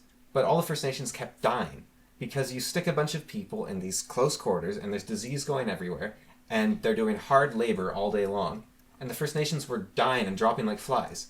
But it turns out that there is, across the ocean, this very strong, on average, group of people who are very disease resistant on average and make for way better slaves because they don't die. And so you can actually see it as a humanitarian effort of we can't just keep chucking these First Nations into the mill. They can't handle it. And well, we can't do it. We couldn't handle it. You need a mind and a body that are tough enough to handle this stuff. And so you got to go get the Africans because they're the ones that can actually handle slavery on the level we want to be doing it. And so, you know, it's the... That's done messed up. Yeah. And it was it might have been Las Casas who was this huge advocate of like First Nations. Well, he was more for the, I don't think they're called First Nations typically, but he was more like the Aztecs and Mayans. But he was this advocate of like preserving their culture and protecting them. And I think he was one of the advocates for switching over to African slavery as well, because he's like, we're killing these people, we can't keep this up. I'm not saying that justifies it, but it's nasty even to say we're going to put this pressure on you even though you didn't do anything to deserve it. But from a leadership perspective, you're like, well, I can't have a revolution, so who can handle the annoyances for now? Okay, these group can take it for now, so I can be busy with my war, making my money, or preventing World War III, if you want to look at them positively or negatively. Put on the RimWorld thing of the things you do because it's the best of the moment, and it's like, all right, so this person is having a tantrum. They're going to go destroy furniture. They're destroying furniture in my room full of a bunch of dangerous, like, expensive electrics. I can't calm them down in any way but having someone go into that room and beat them into unconsciousness. And it might kill them, but overall it's easier to catch new colonists than it is to get advanced components. Yeah. And I think the problem with leadership is eventually... So, when you're playing Democracy 3, you're playing... what's that? It was a mobile game. It was called... Cult Simulator? No, it was the one where you're like a king. No, it's similar to the Cult Simulator. You just swipe left or right. Rain or... Yeah, Rain. Yeah. Yeah, where you just swipe left or right. And it would show you... It wouldn't show you numbers until you unlocked a magic item, I think. But it would show you like a big bubble or a small bubble and how it would affect each group. Yeah. And so you swipe left or right. And I think that's how it's presented to the leaders after a point. It's like, okay, so this will probably stop the war, but it will make this group unhappy. This will make this much money in this industry, but not in this industry. And you reduce everything to statistics because you're ruling over a nation of 300 million people or 10 million people or even a small country. Like you've got like 5 million people in your country or 1 million people in your country. That's still a lot of people. You can't go and talk to each of them and say, what do you think of this? And the problem with statistics and models, which people like to point out about climate all the time, is that they're just models and they don't talk about the individual story. You say, okay, if we have this carbon tax, we will reduce the consumption by this much, and therefore we will prevent this runaway effect by this much, and therefore we buy ourselves another 20 years to prevent a runaway greenhouse effect, and we will stall the total growth of, like, we will never go above 5 degrees above normal, or, well, that would be a disaster, but like 2.5 degrees above normal we can stop it right there if we just do this carbon tax. It's like, okay, cool, great, awesome. That'll make everyone's life better because the stats say so. And then you say, okay, but does it? Like, you're making everyone poor. There's room to... I think there's a corruption case in Canada right now where a lot of that carbon tax money is getting sort of funneled around party members, and they're... I don't know if they did it or not, but it sounds like there's an investigation right now. I don't know if you know more about that or not. I don't know about that, but there's a lot of corruption cases in Canada. There's in Northern Amount, so... Well, there's a nasty one in BC right now, which has a lot more proof that I know of, where there's a company where they have created a method to convert your big hauling trailer trucks into electric or hybrid trucks. Yeah. So you use their kit, you upgrade your truck for a couple $1,000s, and now your truck can charge. So what you do is you drive your truck empty up a hill, you load it up with like 1,000 pounds of wood or 2,000, however much they load, and then you switch to electric mode and you start going down the hill, put your regenerative brakes on, and now you have way more weight than it took to get up the hill, going down the hill, and so you charge up your car on the way down, and then you unload it, and then you use electric to go back up, and awesome. So they created this thing, and they said, okay, I think this is great, let's apply for the BC subsidy. This was in British Columbia. Yeah. And they applied, and the office said, oh, I don't know if we can give that to you. We'll have to get back to you. They're like, okay, fair enough. We think it's a great idea, but, not everyone can get the subsidy. And then they got a message from the same person from a different email address, and they said, hey, I work for this company that helps people get subsidies for 20% cut on the subsidy. And it's the same person in charge of giving out the subsidies, but they work for a company that also does that. Yeah. And so they said, whoa, okay, so they went to her boss, and they're like, hey, one of your employees works for this subsidy company and for you. And their boss was like, well, we don't care. I'm like, what, really? They're like, yeah, no, we don't care. And then they got a message a bit later, because they had been invited to speak at this event by the BC government to talk about green technology. They're like, yeah, you've been uninvited. Mm. And then it just got worse and worse and worse. Yeah, no, the one that I know about, which is the most known in Canada, is ArriveCan. I don't know that one. Oh, so there's an app called ArriveCan. It was used to track people leaving and coming from Canada during the pandemic. So it was the company that was hired to do it was supposed to do it for like $600,000 or whatever. So it's very expensive for a simple app, but still. And basically what ended up happening is the company could keep requesting more money to get the project funded. And it went into this $60 million price tag or higher. I don't know the exact numbers, but it's drastically, ridiculously blown out proportion. And there was a huge amount of corruption on various different levels of... It was given to this one company, and then they took it and gave it to someone else, and they got kickbacks of we just find the people to do the thing, but then they pay us 60% for it, and then they overcharge, and then there's the further investigation that's being done right now, which is related to what you're saying of this guy basically asking, all right, so it's not illegal for a person with a government job to have a second job. That's fine. We can allow that. However, can you please gather statistics of how many people have a government job that is related to their secondary job, which they have direct bureaucratic control over, and the person he's questioning about is like, yeah, we don't have the stats on that yet, and we're not going to bother to find them. It's like, you have to find them. This is an order by court. Right, that was the thing. So this is all Canada right now. They want to look at this. In that BC case, they then took it to court because they were like, okay, this entire department of your government is corrupt. So they went to the party and they said, okay, this entire department of your party is corrupt. You guys should look into this. And they voted 200 to 0. No, we don't need to look into it. It's a waste of time. Yeah. So this is further looking at Canada from this GC Strategies and the Arrive scam. That's what it's called, the Arrive scam. So I don't want to give details that would give this person away too much, but there's a person high up in the government here who in a related sector to what we've been talking about, who is eligible for all sorts of subsidies. You can get the solar panels, you get 20% off or whatever it is for this or that. And because he's in charge of those programs, he's still allowed to get them, but he refuses to take any of them. He's like, no, it makes you look bad. It makes the entire program look bad. I refuse to get all of them. I will eat that cost. Look, I get paid better than everyone else. I'll eat that cost. And it's wow, it's awesome on him, but that should kind of be standard, really. Yeah. It's no, there's a big problem in Canada right now so one group is pushing for it right now. We investigated ourselves and found that there's nothing wrong. Yeah. And that's happening at a lot of different levels in Canada, and so there's basically a push to try to deal with that. Yeah, it's a bit of that Moloch. Yeah, and because what happens then, okay, maybe that lady in the BC case, maybe she really does believe in the environment. She's in the environmental department. How did she get that position, right? She probably cares about it. But she's like, hey, if I make a little bit of money on the side, it's not hurting anyone, right? Like, I'm still giving people the subsidy. Yeah. It doesn't hurt anyone, right? Like, I'm only going to give people who, you know how people say, I only take sponsorships from people who I truly believe in their product, right? Yeah. Probably same for her. I only give the subsidy to people I truly believe deserve the subsidy. And so she's not hurting anyone. But the thing is, even if you're not decreasing the amount of money available in the system, which you are because you're taking that 20% cut, but even if for some reason it doesn't matter, people look at you and they say, okay, so there's corruption, so the entire environmental movement is a scam. Yeah. And then people don't believe in the environmental movement, and then they start pushing for nuclear, and they start pushing for fracking, and and they're like, yeah, renewables are useless. And so, no, Canada is mostly powered by renewables. Yeah. If you include nuclear, which isn't exactly a renewable, but even without nuclear, we have a lot of hydro, we have a lot of wind, we have a lot of solar, mostly hydro, but we have a lot of the others too. And you can power things with that. You look at Iceland, and it's all geothermal. Yeah.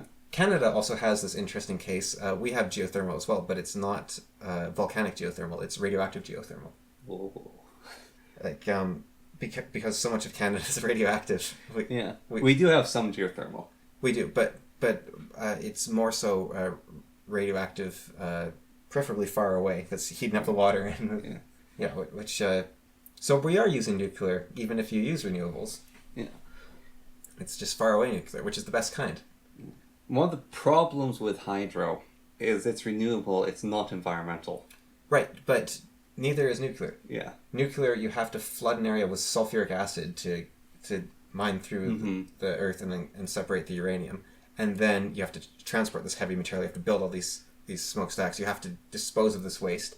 And then that waste lasts for 10,000 years. We've talked about it before.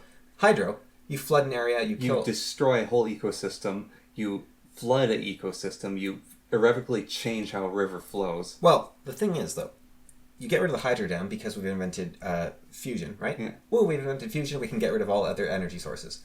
You get rid of the hydro dam, and that's like 50 years, and boom, back to normal. Well, it's not back to normal, but it's back to life and thriving. Yeah. And there's not a poison in the ground that will kill everyone around it, right? Yeah. Whereas the nuclear waste, it's still there. Yeah. Where the hydro, let's say the hydro is more devastating than the nuclear short term, which I don't think it is, but let's say it is. You still then can just always say, okay, well, it's gone now, and we don't have to do any cleanup or minimal cleanup because you're just getting rid of concrete and react generators and that sort of thing. You're also you have to deal with a giant silt pond. But that kind of can take care of itself, right? You don't have silt kills the landscape. Yeah, but you don't have to do anything. Like, it's not poisoning anyone. Like, you can just say, okay, give that 100 years, back to normal. Whereas, mining tailing pond, you need constant monitoring for the next 500 years. And that is something that we're like, yeah, we can handle that. We don't like it, but we can handle it. But nuclear is like, okay, we got to monitor this thing for 100,000 years or 10,000 years. Society might not exist then, and this will be a drain on resources forever. Yeah, is that something? Shoot it with lasers. We want to deal with. Yeah, well, a lot. There's a saying about money. Where did I don't remember where I heard it, but it's money can't solve every problem, but with enough money, most problems become money problems. And energy is the same. Yes. With enough energy, most problems become energy problems. Like, it's like, oh, we've got pollution and we don't have enough resources, and it's like, well, we can just recycle every landfill if we had unlimited energy. Yeah. And we can just break apart each bit of nuclear waste atom by atom if we had enough energy, and yeah, we can. I was hearing we can teleport everything to the moon. Is economic talk. Is this guy? He's a bit of a nutcase in the UK. I call him nutcase because he's a steam power enthusiast. He restores old steam engines and makes them run again. And there are some things I didn't know about. So, you take a steam engine, right? That used to drive a train, a locomotive, and it got decommissioned. People would take those and turn them into tractors. So they put big wheels on them, and they'd go through fields, and they'd have these ridiculously powerful farm machines. And so you'd have these steam powered tank tractors. How would you fuel them? Coal. Yeah, but would you have a trailer attached to it? Yeah, it'd be a little loading area. You'd dump coal. What if you ran out on the other side of the field? You'd have to take your horse and just get a giant wheelbarrow of coal and bring it back. But anyway, so he restores them. Yeah. And he's talking about the Industrial Revolution was really interesting. So humanity was bottlenecked by all power was human-driven or timing-driven or animal-driven. So the human-driven, a human turns a crank, they get something done. Animal-driven is you have an animal turn the crank. Timing given is, all right, I have my windmill. All right, the wind's blowing. Okay, we can now grind the grain. I have the river. The water's flowing fast enough. It's the summer period, so I can do some work there. You take coal, and it's on-demand infinite power. And so you just have to figure out how to use the power up. And it's this amazing thing. And so he's saying, wind's fine. You can keep the wind. Solar's fine. You keep it. But why are we getting rid of this infinite power on demand? Well, is that something we've talked about before, like with Atlas Shrugged? Like, why not have both? Well, no. You know how Atlas Shrugged, they invent that steel that's like Rearden metal. half the weight of... Rearden? Rearden. So you've got Rearden steel, which is... Or metal, which is like half the weight of steel, but twice as strong or something, right? And the thing about inventions like that, we have a few of them, like plastic, like coal, like oil, where they're amazing. They're the greatest thing ever. Yeah. And what happens is we just inundate the world with them, and they have all these side effects we didn't realize. So what would actually happen in Atlas Shrugged is we'd get rid of tinfoil, and it'd all just be Rearden steel. We get rid of plastic bags, it'd be Rearden steel bags. So we'd get... because plastic, right, is insanely strong, unbelievably malleable. We call Lasts forever. We call it plastic. Plastic means malleable. We're like, this is the most malleable material on Earth. We're going to name it plastic.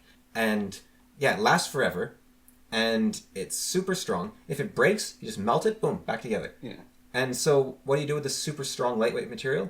You make like paper, thinner than paper bags and thinner than paper wrappings for everything. The great thing, plastic as well.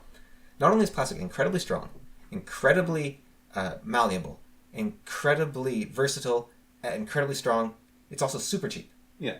Incredibly cheap. And so we're like, okay, well, we'll just stick it on everything. Let's put it everywhere. Because this is the thing, it's the panacea of materials. And so Atlas Shrugged is basically about plastic. And I think what would actually happen is it would just become a waste product. And coal as well. You're saying coal is this amazing free power source. You can use it whenever you want. And we have tons of it. But you fill the air with... Well, he wasn't saying we should keep using coal, but it's like, why stop the nuclear plant if it's running? Why stop the LNG plant? Why stop the oil plant? Because Germany right now has faced a problem of they are going back to their coal things because they got rid of their nuclear and now they're burning coal again. And they're having to import coal and opening up coal mines again. It's a mess in Germany because they lost their infinite, on-demand power. Well, the weird thing about the German thing as well was... They were warned. No, it's... even if getting rid of nuclear is the right choice, because coal creates, big mess as well, but that's a mess that won't last nearly the length of nuclear, right? And you're like, okay, I don't think this is worth it. So we're going to get rid of nuclear, we're going to switch to coal. They're Germans. Couldn't they do some very basic math and say, our country needs this much power until the coal industry has caught up to the point where, if you think that's a worthy trade, you certainly at least, okay, we're going to start subsidizing a coal mine to double the production of coal, and then we shut down the nuclear power plant. Well, they started up the coal again because they lost their gas from Russia. Right, so their plan was switch to Russian gas. Yeah, they were using Russian gas, and then they lost it. Right. Because they had to sanction it. And so Germany, industrial powerhouse of the world that produces a ton of stuff, can't. That's actually one of the main arguments of the Great Reset. I don't know if I talked about the book much, but one of their main arguments is that globalization, Germany getting all their power from Russia, is a good thing because it prevents wars. Because if you go to war, suddenly the supply chain collapses. And if your country is able to supply everything it needs for itself, if it can provide all its food, all its power, all its what more do you need than food and power? Resources, I guess. Then it has no reason to not go to war with other countries and take their resources. And Russia is a self-sufficient country. Canada and the United States are close to self-sufficient. But they have these ties with China. But one of the concerns that was raised in the Great Reset was that the Chinese-American relationships were getting worse and worse, and Americans and Chinese were both starting to... American is focusing much more on their own chip manufacturing now. Yeah. And also automobiles and everything else. And so China, which, they produce electronics and cheap stuff from across the ocean, basically. less and less of that is getting sent to the United States. And I don't know if China's doing the same. I don't know if they're focusing more on agriculture or whatnot. They're focusing on producing more stuff cheaply, and they're getting huge sanctions for it right now because it's so cheaply made that it's not working. And so a bunch of countries are getting really pissed at them because they're going, oh no, our economy's screwed, let's ship stuff out to people at low quality. People get them, it breaks. And so there's like tons of sanctions being put on China because of that. So that's what they're doing right now. But the Great Reset's concern is that if the United States can provide everything for itself, then it has no reason to be at peace with China.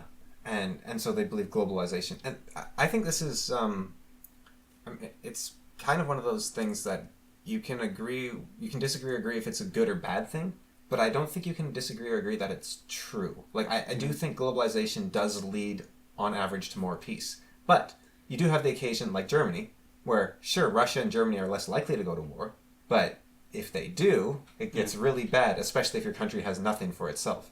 Yeah. And personally, I'm a proponent of self-sufficiency. Like, I think producing your own... And also, as being shown, ideology can overwhelm practicality. Like, imagine... Like, with the case of Palestine was completely reliant on Israel for water and power. And when their conflict started, they went, okay, we're going to turn off your water and power. And then people are like, what are you doing? This is a war crime. You're starving these people. You're not letting them get their water, not letting them get their power. So they attacked us, so we had control of the supply. We stopped the supply. I find... And so that the Palestine attacking Israel, they're completely dependent on them, and then they lost that. And so that's, again... It's such a... So in my psychology classes, we watched a lot of Zimbardo's talks. And Zimbardo, I think, has been discredited in recent years. Tarred and feathered and thrown out of his establishment. Because his prison experiments were shown to be not replicable, or not nearly as replicable as she claimed. But the pictures he showed were real pictures, and they were of the... It was either... I think it was the Iraq War. Might have been Afghanistan, but the pictures looked too modern. Or maybe it was Vietnam. So what you saw was this nice American woman, she's a soldier, and she's smiling. She looks like that wholesome girl next door type of look. And they're in this concrete warehouse, that the Americans built as a sort of base. And she's doing a selfie next to a prisoner of theirs. Let's say he's Vietnamese. So you've got this Vietnamese man. And the Vietnamese man is missing teeth. He's like bloodied. He's bruised. His eyes are swollen because he's just been tortured. And she's taking a selfie of I just finished torturing this guy. Yeah. And they have a lot of pictures like that. There was pictures of how they would make them... I think they would make them sleep. Like you stick a guy down, put a board on him, put a guy down, board on him. So they're crushing each other. And they're not killing these people, but they're torturing these prisoners, right? Yeah. And these are the good guys doing the good stuff in whatever war it was. And you look at World War II, the famous case in the Pacific Theater was you had, I think it was American soldiers, again, collecting ears of Chinese soldiers they killed and wearing them as necklaces. Japanese, yeah. Hopefully not Chinese. Wearing the ears of Japanese soldiers they had killed, put them as necklace. And you had Japanese... I don't know what's going on, but there was Japanese soldiers who were taking katanas to war to behead Americans and Chinese that they found. Yeah. And the Japanese also did horrible things to China. Unit 7... Well, 731 was more of a sanctioned experimental prisoner camp, whereas the rape of Nanking was just you let a bunch of soldiers loose and they start having fun. Well, apparently part of the experiment, though, was also they just wanted to see what would happen. Yeah, well, Unit 731... none of the... you take... Dr. Death. Yeah, the Angel of Death, Joseph Mengels. Yeah. Joseph Mengels. And he was actually gathering scientifically valuable information. Yeah. He shouldn't have done it, and we kept the information, which I don't think we should have done. But he was gathering stuff we still use today. Yeah. Like the temperatures people can survive at. That's used in if you ever take a wilderness survival course, that's using his data. Yeah. So I'm sure that there's been efforts to find the information through other means to replace it, and so maybe you're not using his data at this point, but he found like, okay, human body temperature can be lowered to this, and then you can heat it up like this, and it's safer to heat up slower than faster, and like he gathered all that information. He figured out how disease propagate, how to prevent it. Unit 731 was just, I wonder if you cut off a person's arms and sew them onto another person's arms, what would happen? Yeah, or can a person survive having their organs removed without painkiller? Yeah, or what happens if we put someone into an environment with no atmosphere? Yeah, or can you sew a monkey's head onto a woman's body and see what like? And they weren't even writing this stuff down. They were just like... They were writing some of it down because something else I learned about is the United States found this out. Oh yeah. Went, that's horrible. We're going to take it all. Yeah. And so they took all the information. And so very few members of the people who conducted those were actually trying. It's like only 12 people were executed for they got the off whole thing.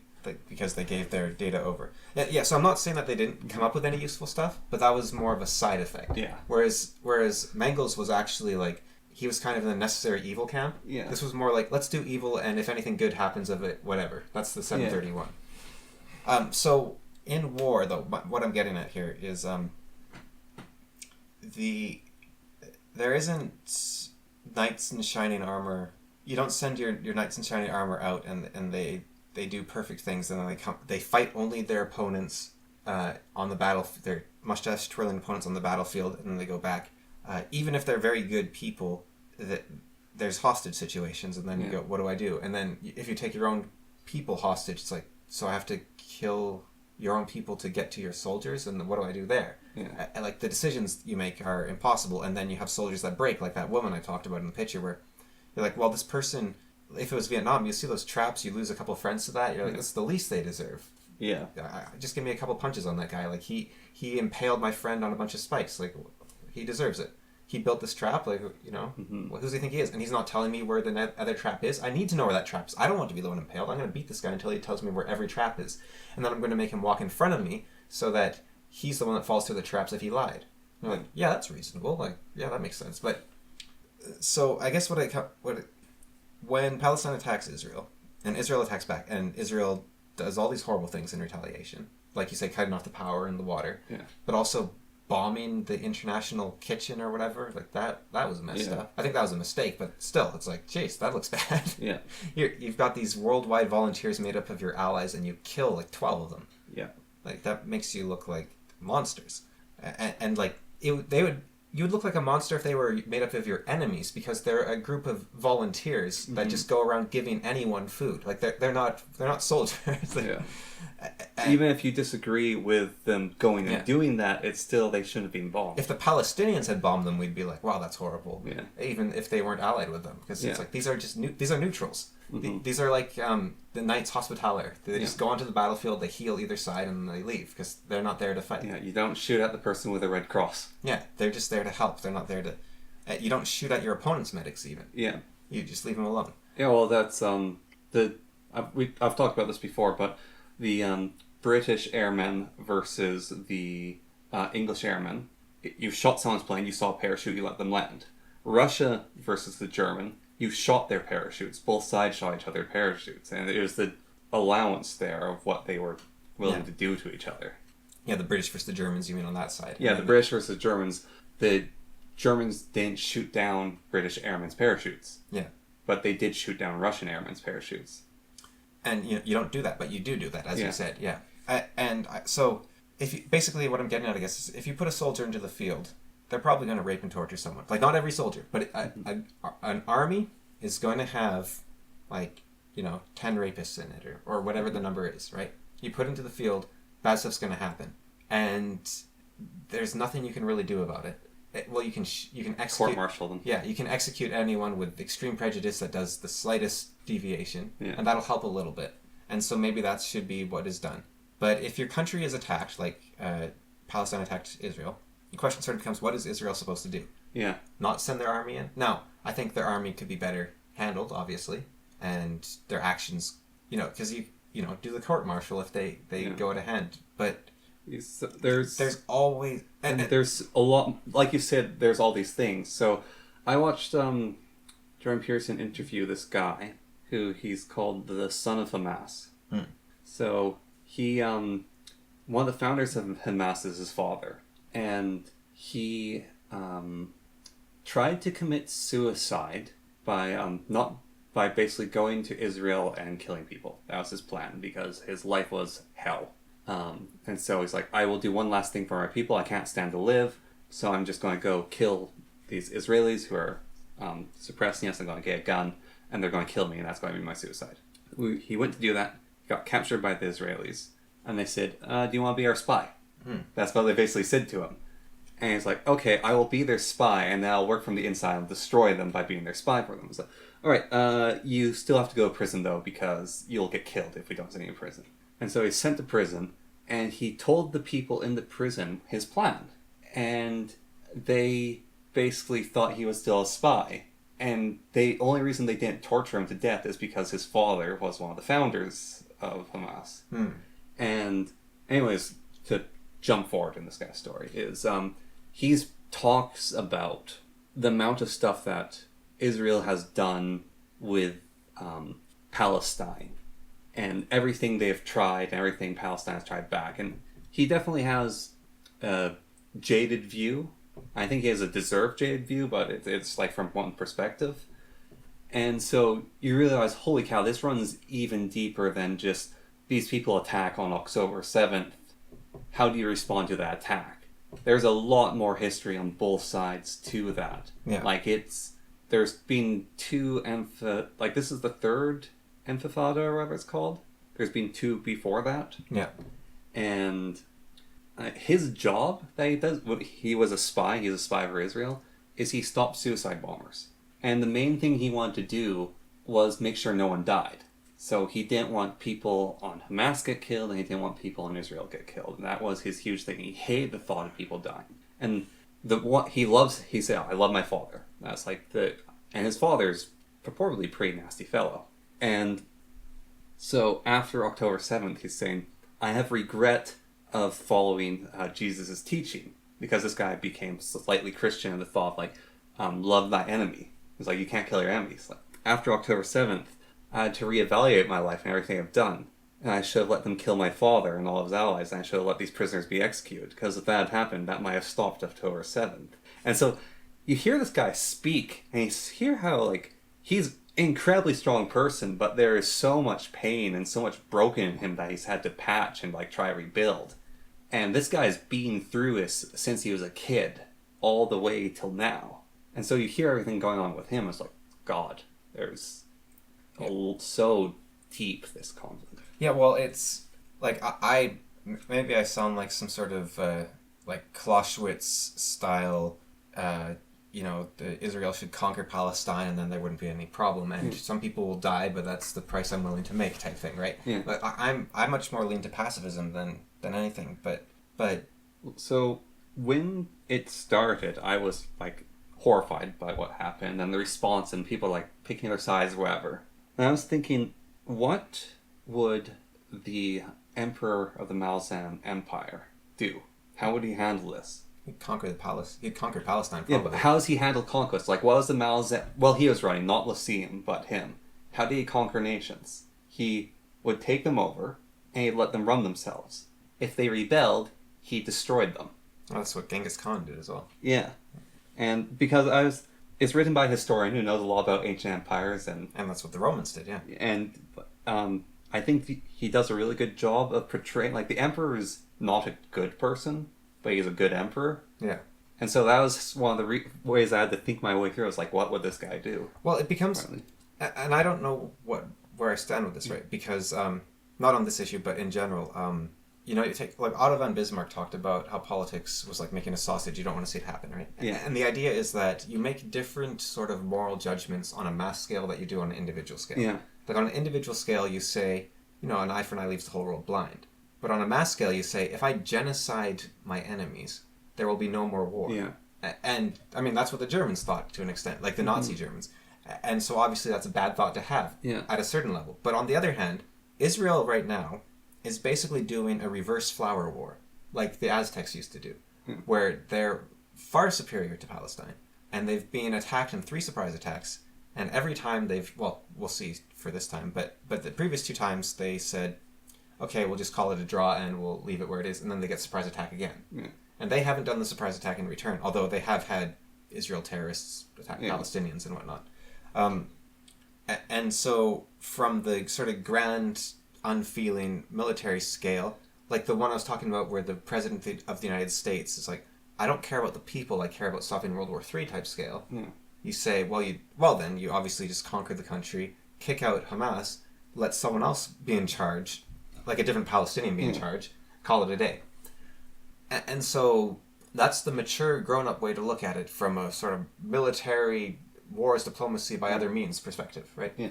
But I think when you make those consequentialist arguments, even on a grand scale, you leave behind like deontology and you leave behind Kant and moral imperative and all that.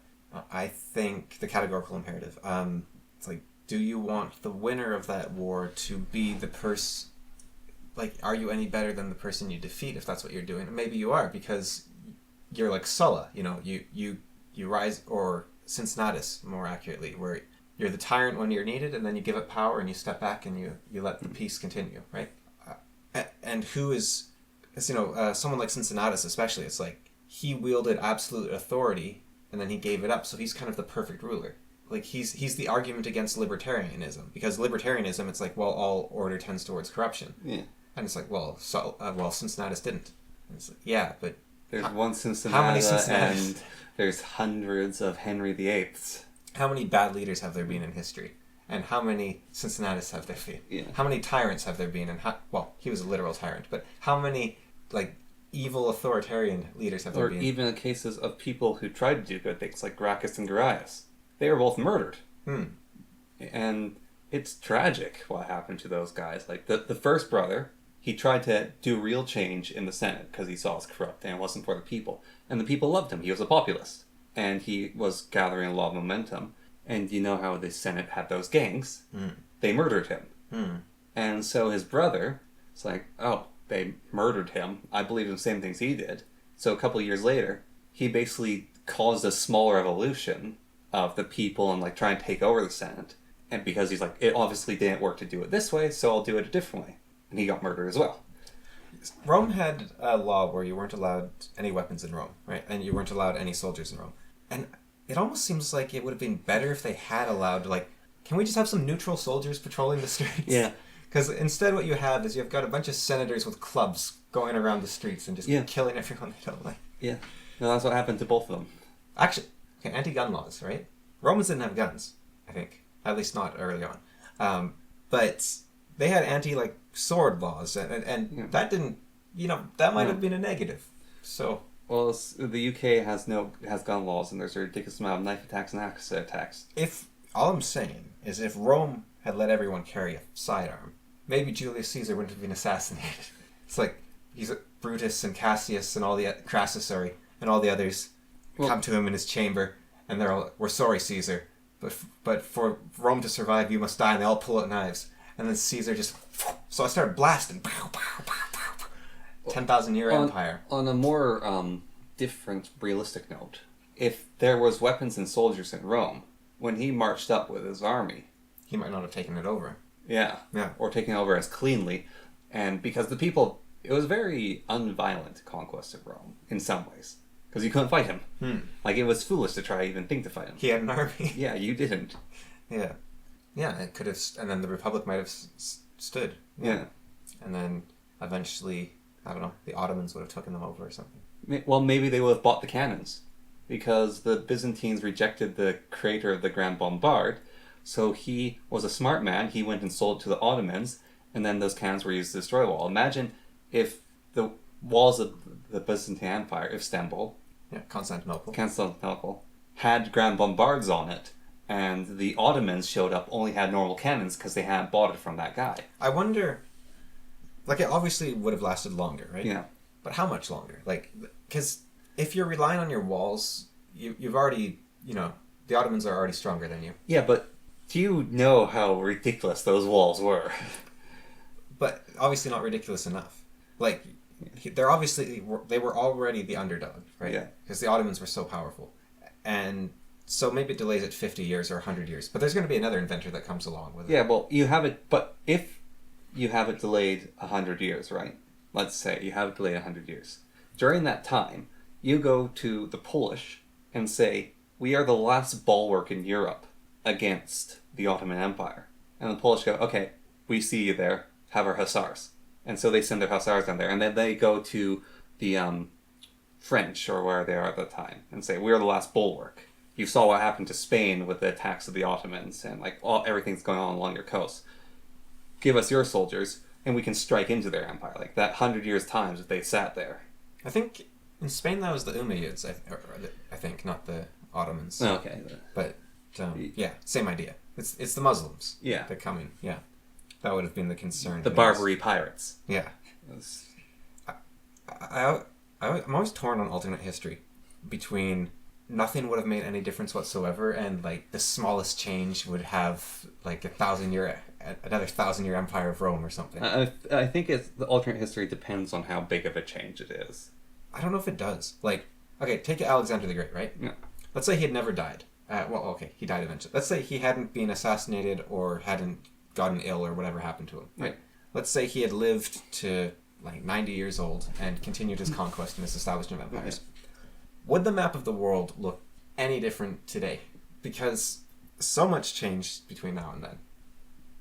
And there's so many events that are like the Ottomans, like Islam, like what were they called? The Timurids, I guess. Tamerlane's people, like that whole barbarian group, where they just completely conquered every. So you take like the Hittites, right? Well, I'll give you a really cheap one that I think you cannot deny. Cuban Missile Crisis. Depends on the time frame again.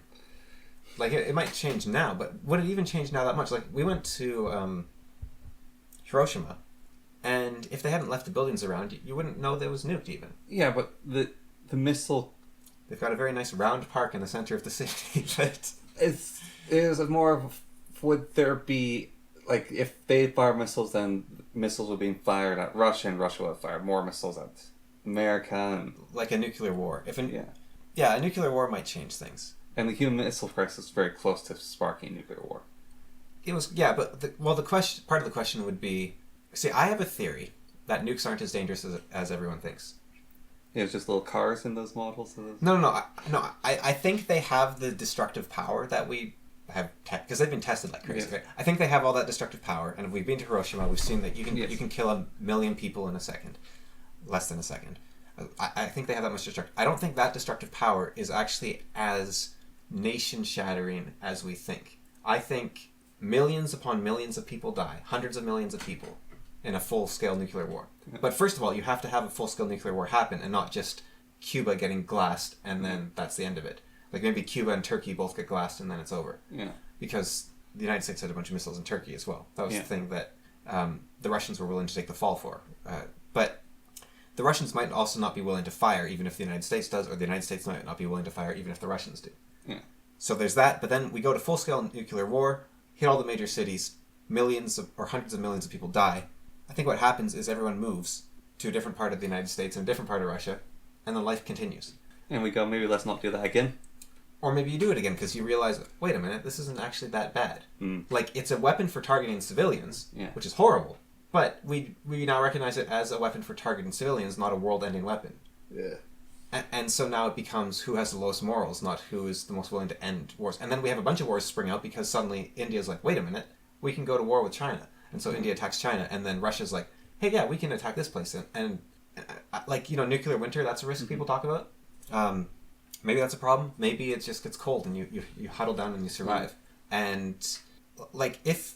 what was it called? Tunguska, right? A comet hit Russia and annihilated the forest in all directions, so much so that we didn't think anyone actually died, but there's some theories now that that at least one person died because the explosion knocked him off his roof while he was working on the roof. Yeah. So he fell and died from that.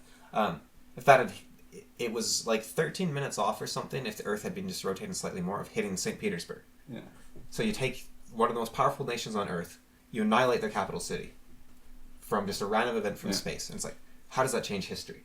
And also, this was during the time where people were starting to like, oh, we don't like the royalty. So, the royalty have all been vaporized. What happens to Russia? They probably never go communist, right? Like, because they don't need to anymore. Maybe they do, but maybe they don't. But you wipe a city off the map, and it's like there's so many cities all around Earth. In the long run, does Russia not become the USSR, and then therefore do the Germans do better, or do they do worse, or do... I honestly think there's drastic changes, probably. Because I think... I mean, maybe it's the argument against destiny versus free will. So, well, I just think that here's an example. The Hittites, one of the greatest empires to have ever lived in their time period, we know basically nothing about because they were annihilated by everyone around them. Yeah. You have the Persians and the Egyptians and the Romans, and they're just like, there's nothing there. Or the Jews even, I think. There's no one there. Or put it another way.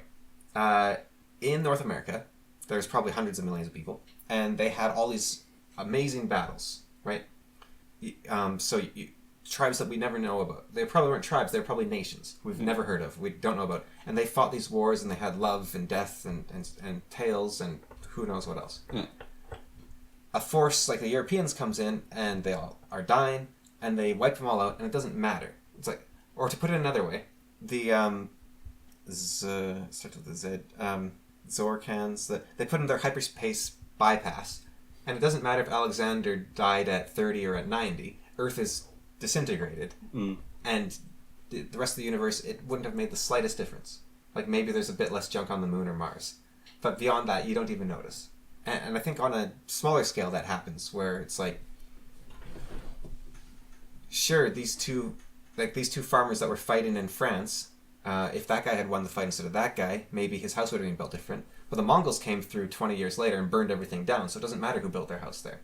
So I think grand events sweep over minor events, and every event becomes minor in the long run.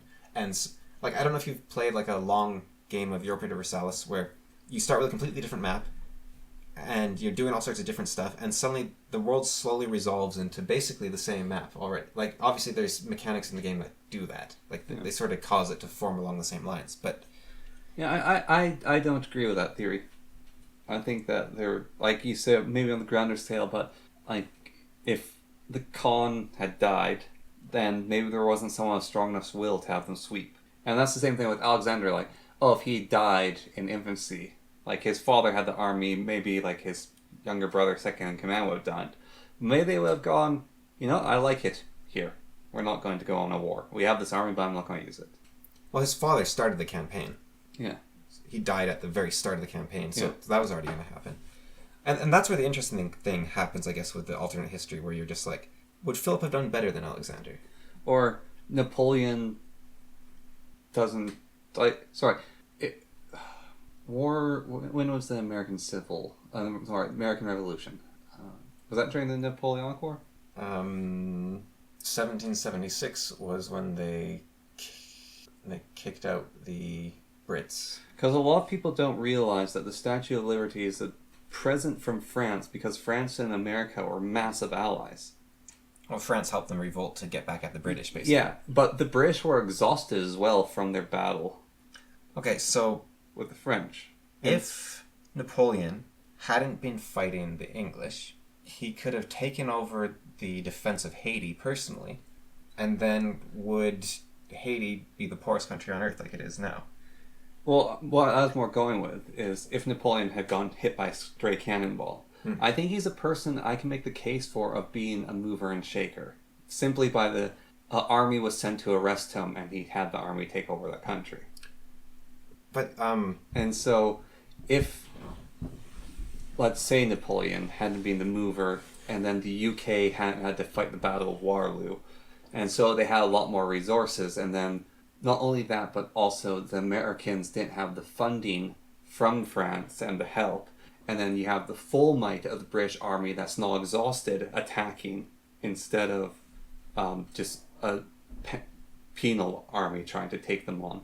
They stop that revolution, then America is then... still British. Yeah.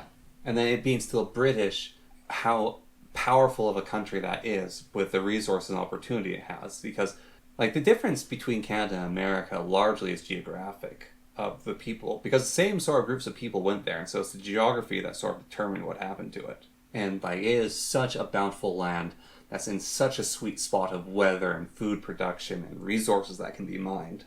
But maybe they don't have that American spirit of revolution. But still, maybe that's this powerhouse. And so, if you look at like the classic French left and right wing, right, where left wing is we want a government that is less royalty based, and right wing is we want to keep things the way they are and we want to keep monarchy. So the United States was a very left wing country, and all the right wing Americans fled to Canada. So Canada has much stronger right wing roots than the United States, and the United States has much stronger left wing roots. But nowadays, people don't often say Canada is a way more right wing country than the United States. So it does feel like things kind of shake out in the end. Although you could say we still have a monarch, so we are more right wing still. Well, Canada's weird as well because Canada's identity was the servant of the UK. Well, we were loyalists. Yeah, we were loyalists. That was Canadian identity. And then when Canada was out, why was it? Did Canada ask to be no longer under, or did they release them? I think... I don't really... it was after World War II we said we want to be our own country, basically. Because Canadian independence kind of destroyed Canada's culture. Oh, no, Trudeau did something where he... What was it? So Canada used to have a law that the only immigrants to Canada could only be from, like, the Commonwealth. Yeah. Or it was like 95% have to be from the Commonwealth or something. So we were very British, very close ties with Britain. And then I think it was Trudeau got rid of that law, like the original Trudeau. Yeah. And so then we got a lot more, I guess, probably Americans and Polish and Chinese and Germans and everyone else who wasn't as loyal. I don't know if that was the only thing. Like, there was obviously the King Bing crisis before, where there was a lot of Chinese in Canada before as well, where the Governor General said, in the name of the Queen, no, you can't do that. And they're like, well, actually, no, your position is ceremonial.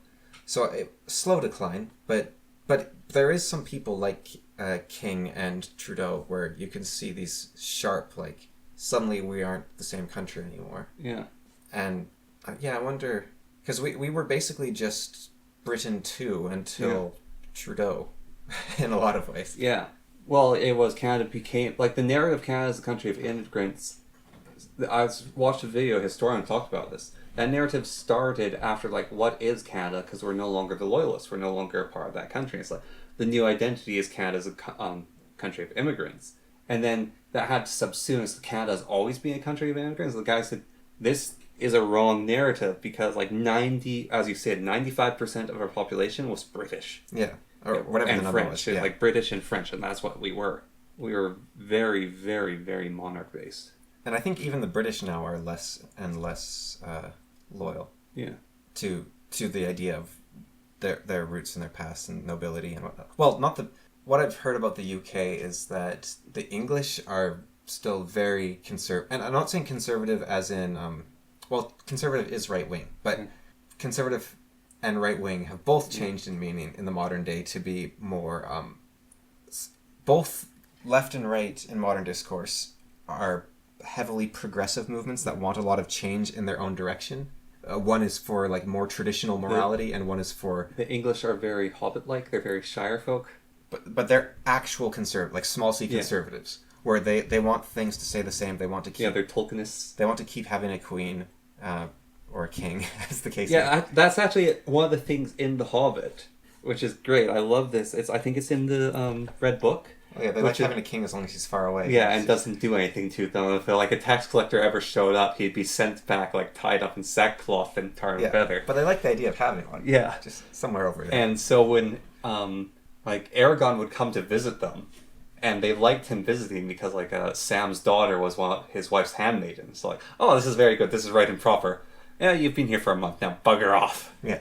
We don't actually want you to be ruling us. We just want because, like I said, that even the first prime minister wasn't really the first prime minister because they're so tradition based that everything, like, their culture is tradition. They're the most traditional people on earth. But you look at, like, the Australians, and they should be very similar to Canada in a lot of ways, but they're all prisoners. What do you mean? Well, they're not loyalists. They're convicts. Well, that's part of it, but they don't really see themselves as being under the crown, and they're mostly atheists, and they're not Protestants. Like, well, I don't think most Canadians are Protestants at this point, but or Anglicans rather, but heathens. But the Australians don't feel their ties as closely, and that's why the Australian dollar is worth way less than the Canadian dollar, obviously. Because Is it? it was. The Canadian dollar has not been doing great. No, it hasn't. You ever see something cool on Amazon and you're like, oh wow, this thing looks awesome. It's like $12, and then cool, I'm gonna get that. And then, oh wait, this is .com. Okay, I'll just switch over to .ca. It's $35. What? So I get paid in American money from YouTube. Yeah. And so I look, it's like, oh, I only made $100. You're like, I'm buying a Porsche. Well, Art had this great thing of saying, I should move to some Asian country. Oh, because he's got Norwegian kroner? Yeah, well, that's actually no, he gets paid in American money as well. Right, but then it's like, if you convert it to kroner, suddenly it's worth like a third as much. Yeah, or V has the weirdest case, I think, of a lot of YouTubers. Because he is a doctor and he's a lawyer. And a small YouTube channel pays way more. Yeah, and he is the main breadwinner of his family. His wife is a doctor. Yeah. And he's their main breadwinner. And he's like a medium, small YouTube channel. Yeah. He has a small YouTube channel for a full-time channel. But he's not small compared to the majority of YouTube. Yeah. Like I said a few episodes ago, your channel is in the, 10%. 98th, actually. Yeah. I have a statistic that tells you. Well, there you go. You're in the top 2% or whatever. Yeah. And so it doesn't take... yeah, but for, like I said, for a person who does YouTube for their livelihood, he has a small channel. Yeah. But he's in Romania, so he bought a house. Yeah. Yeah, I wish... Oh, man. I remember back when the Canadian dollar was worth more than the American dollar. The thing to keep in mind with conversion, I don't know if it's true for kroner as much, because it's worth so much more, but because of the Canadian dollar and our close ties to the United States and how much everything fluctuates, $1 Canadian to a Canadian is about the same as $1 American to an American. Yeah. If you make...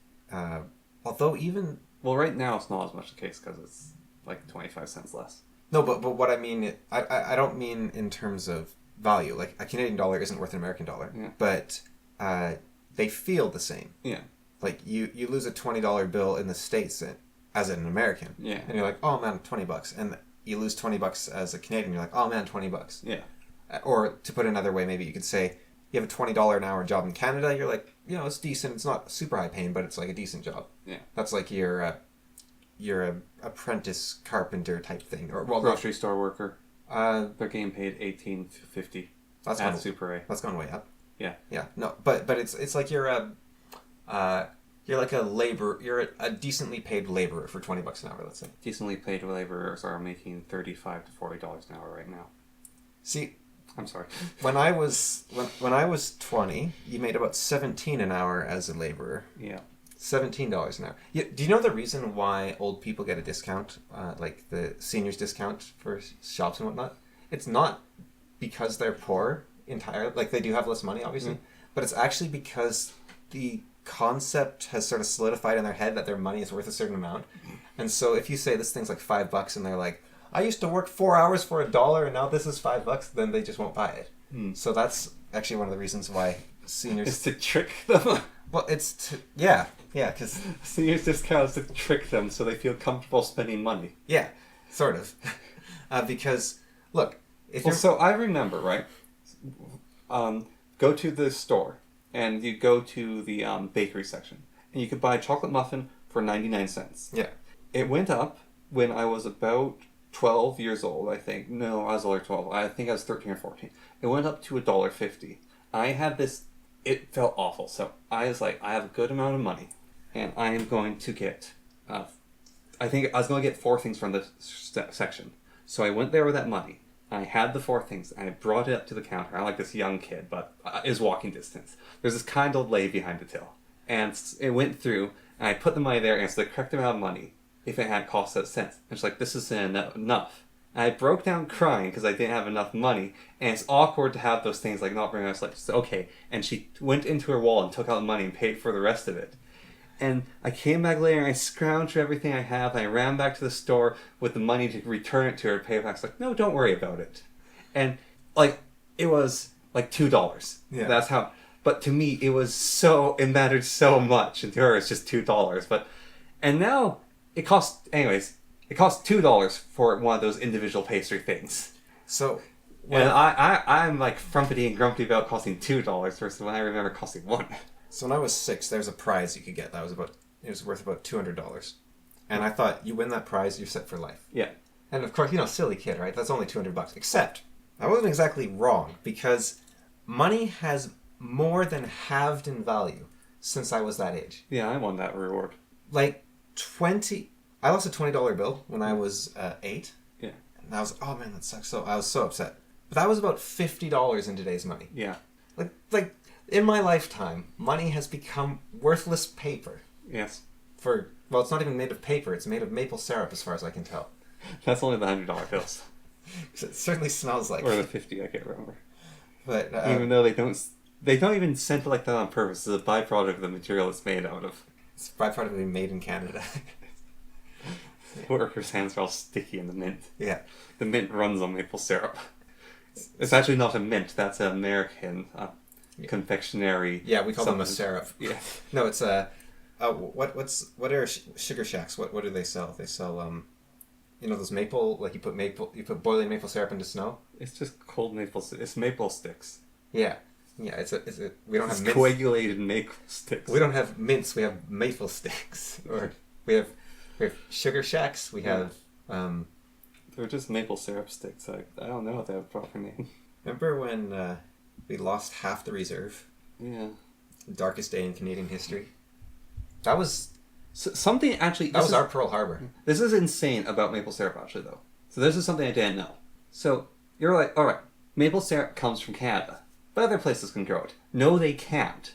This is bizarre. I didn't know this. It's not only the maple tree you need. You need the right temperatures at the right times of day and night.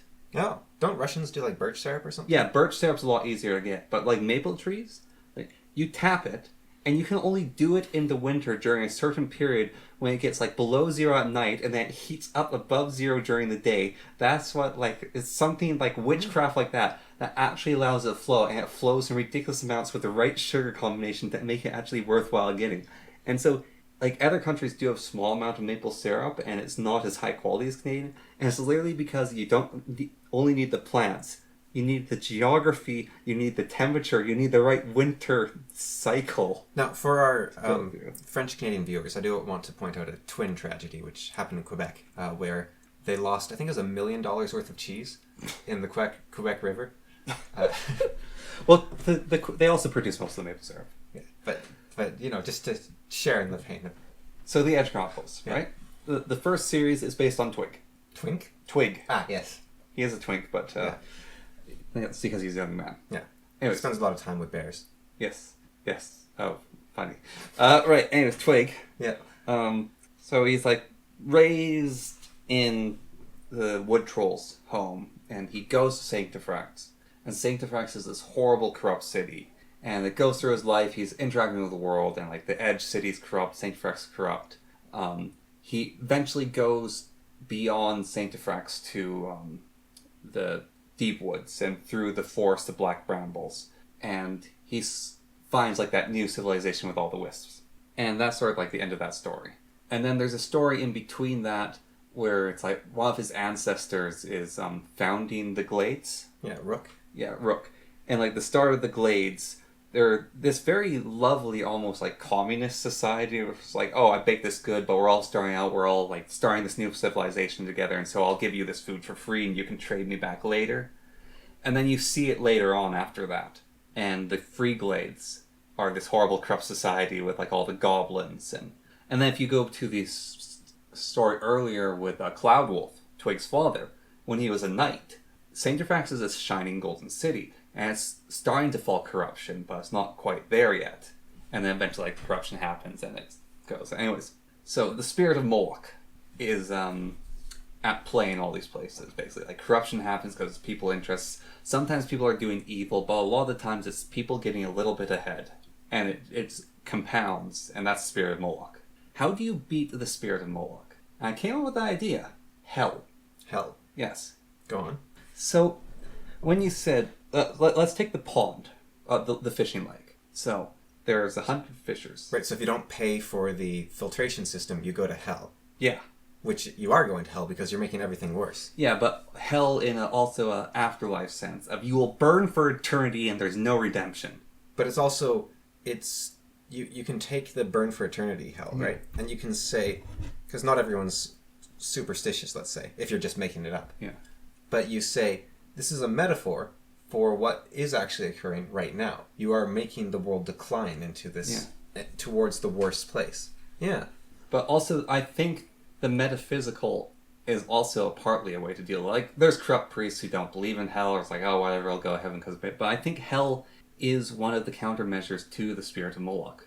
Yeah, the individual, the need for the individual to uphold themselves, not just in relation to their material gain, but also their spiritual or something else. Like the Egyptians, the 42 judges, right? Yeah. Maybe one of the questions, the judge is like, did you pay for the filtration system in the lake? What does that mean? Mark.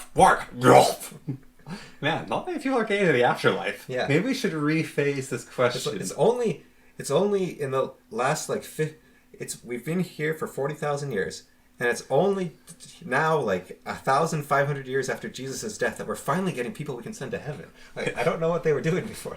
Where's their filtration system? Well, the sort of sense, hell is timeless. Yeah. And so it's like, it doesn't matter when you die, you end up in hell, and hell's just processing you. Yeah. And so it's like, there's the classic Egyptians there, and then there's like a 20th century guy there, and they arrive at the same time. What is that about? You just see Jesus go up, and it's shining light, and he's going on. He's like, yes, my son, yes, I did that. And one of the filtration judge is like, did you pay for your filtration system? And Jesus is like, what's a filtration system? Abbott? It's like a little chihuahua with a crocodile head. It's like dog with crocodile head. So just... In American Gods is Mr. Ibis and Mr. Yeah. Yeah, and they talk about how we weigh their soul against a feather, and that is the law of our society. But they never said how heavy the feather has to be. I don't know if they said that line intentionally. I don't remember a lot of that, but they are characters, and they're pretty good characters. The two of them.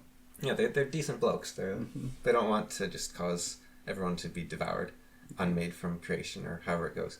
But so a sort of spiritual correcting force, the call to heroism, I think, right? Because the thing that happens in the Edge Chronicles, as you said, you have Skyjackal or whatever his name was. Cloudwolf? No, his father. Cloudwolf's father, yeah. It's like Skyjackal or something. And he lives in the Wild West, basically, where there's no cities, there's no laws. I don't know where they came from. I guess just tribes in the forest eventually banded together. The Coralings are like everyone. Yeah. So. Cade's name is like Quarter, or something. Like his last name is Quarter. It's like Cade Quarter. It's like all the Quarterlings eventually start being called Quarter. But you have all of them, and then it gets settled and gets sanctified in Cloudwolf's life, and then that city becomes corrupt in Twig's life, and down through, and then Rook goes out and he leads he's part of the group that helps found that city. Yeah. And then actually the latest books are those guys founding those independent qualities away from the free glades, and like they're just little frontiers out in the woods. And I haven't read this book, but apparently it's published, and it's the cover shows him in his cabin, and there's this giant ship overhead that's basically like, oh, you think you can run off and live in the frontiers without paying your taxes there, son? That's like basically what that image is. But I think what you're seeing there, they keep making a new good spot, right? Yeah. And so you can say it's sad that they all get corrupt, but on the other hand, you can say all order tends towards corruption.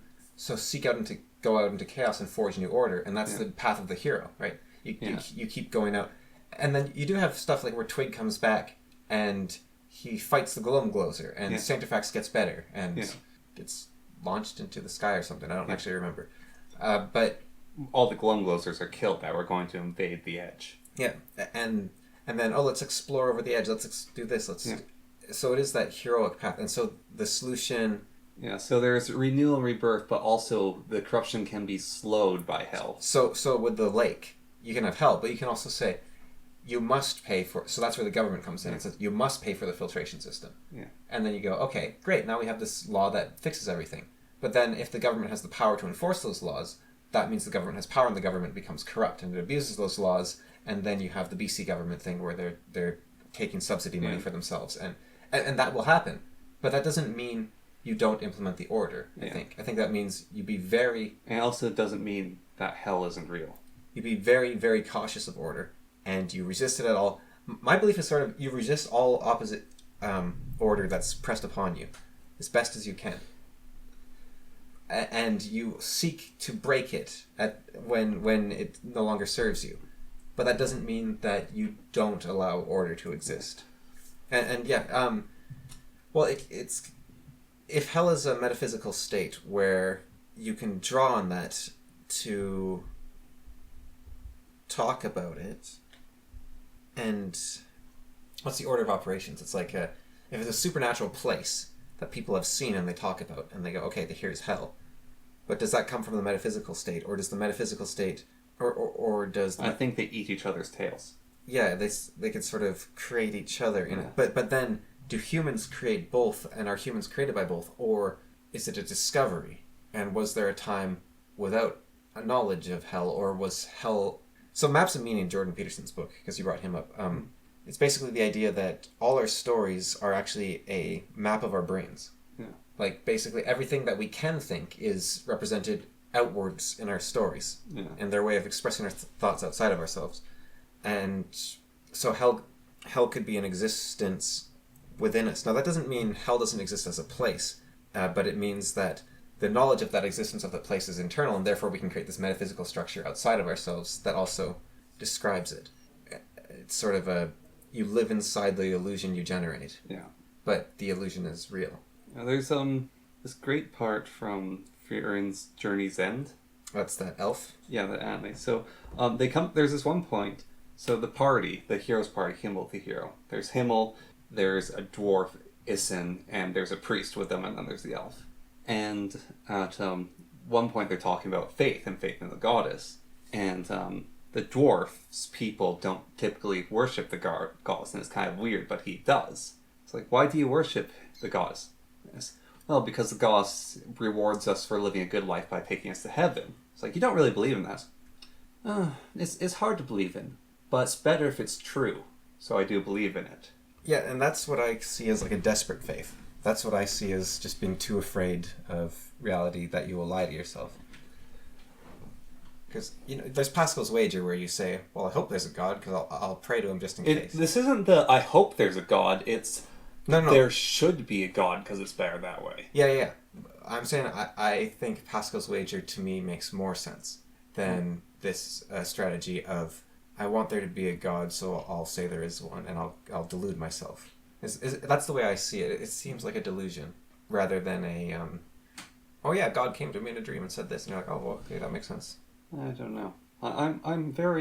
I'm strange where I stand on God and delusion. There's even a book called The God Delusion.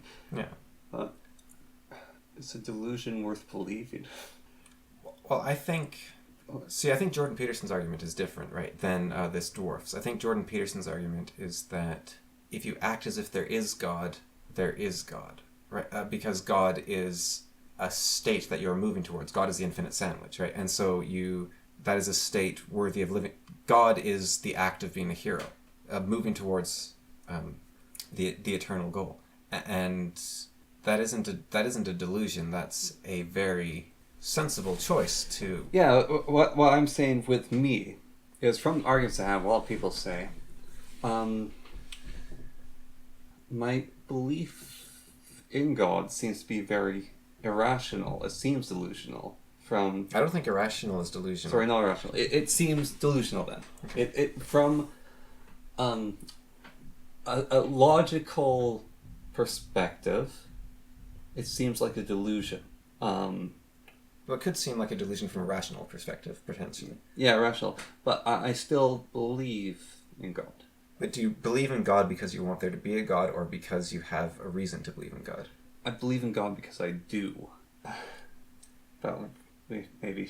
What was that? We had like that 4-hour argument one time. Yeah, 4 hour. But this is different. This isn't that I do it again, but my throat's gone.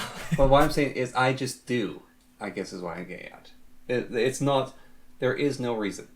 It just is. Yeah, well, that's as the sun rises in the west, I believe in God. Well, like I was talking about with Alan Watts, right? Yeah. Who decides that you open your hand, right? It's like you just believe in God, and that's how it is. Yeah. That to me makes sense. What doesn't make sense is saying, I don't believe in God, but I want there to be a God, so I'll believe in God. Yeah. Well, that might be someone's rationality. Because I would like there to be a God, and I would like to believe in that God, but I don't believe in God, belief has well, it has a lot of meanings, but one belief is, like, I know you can do this, right? That's like, I believe in you. Yeah. And that's a kind of belief I could have in God. But like, God being able to stand in front of me and high-five me sort of belief, that's a different story, and that's one I don't believe in. I'm not saying it's impossible, but I'm not saying that I am convinced. I'm not convinced by anything, which I've talked about before. Yeah. But... Oh, here's a metaphysical mind mess around with that. So, an angel comes down to you, right, and it projects into your mind overwhelming belief. Now, is that angel mind controlling you, or is it so true it's true beyond truth and you have to believe it? Well, I think even then I might not believe it. Like, I would obviously believe it, right, because it's doing it to my... But I would use rationality to say to myself, as much as I despise rationality in a lot of contexts, I would use rationality to say to myself, remember that you have no reason to believe in God other than that this angel told you God is real. So rationality sounds like a sickness. Well, it's like... It sounds like a mental illness as much as faith does to me. It'd be the same thing as if you had Alzheimer's and you wrote a note to yourself saying, remember you have Alzheimer's. Yeah. Like, it's the same thing, right? Like, you wouldn't remember you have Alzheimer's, but you could read the note and be, oh, this is my writing. I have Alzheimer's. Oh, okay. What do I do about that? So that's what it'd be. It'd be like, there's a few works of fiction that deal with this. I think Worm deals with this a lot. They call them Master Stranger Protocols. It's like, what do you do if there are people that can control minds and shapeshift and bodies, and they have all these procedures for... It's like, don't trust your own judgment, don't trust your own beliefs, don't trust your own assumptions, don't trust your own eyes, don't listen to anyone. And so, like, there are procedures you can follow.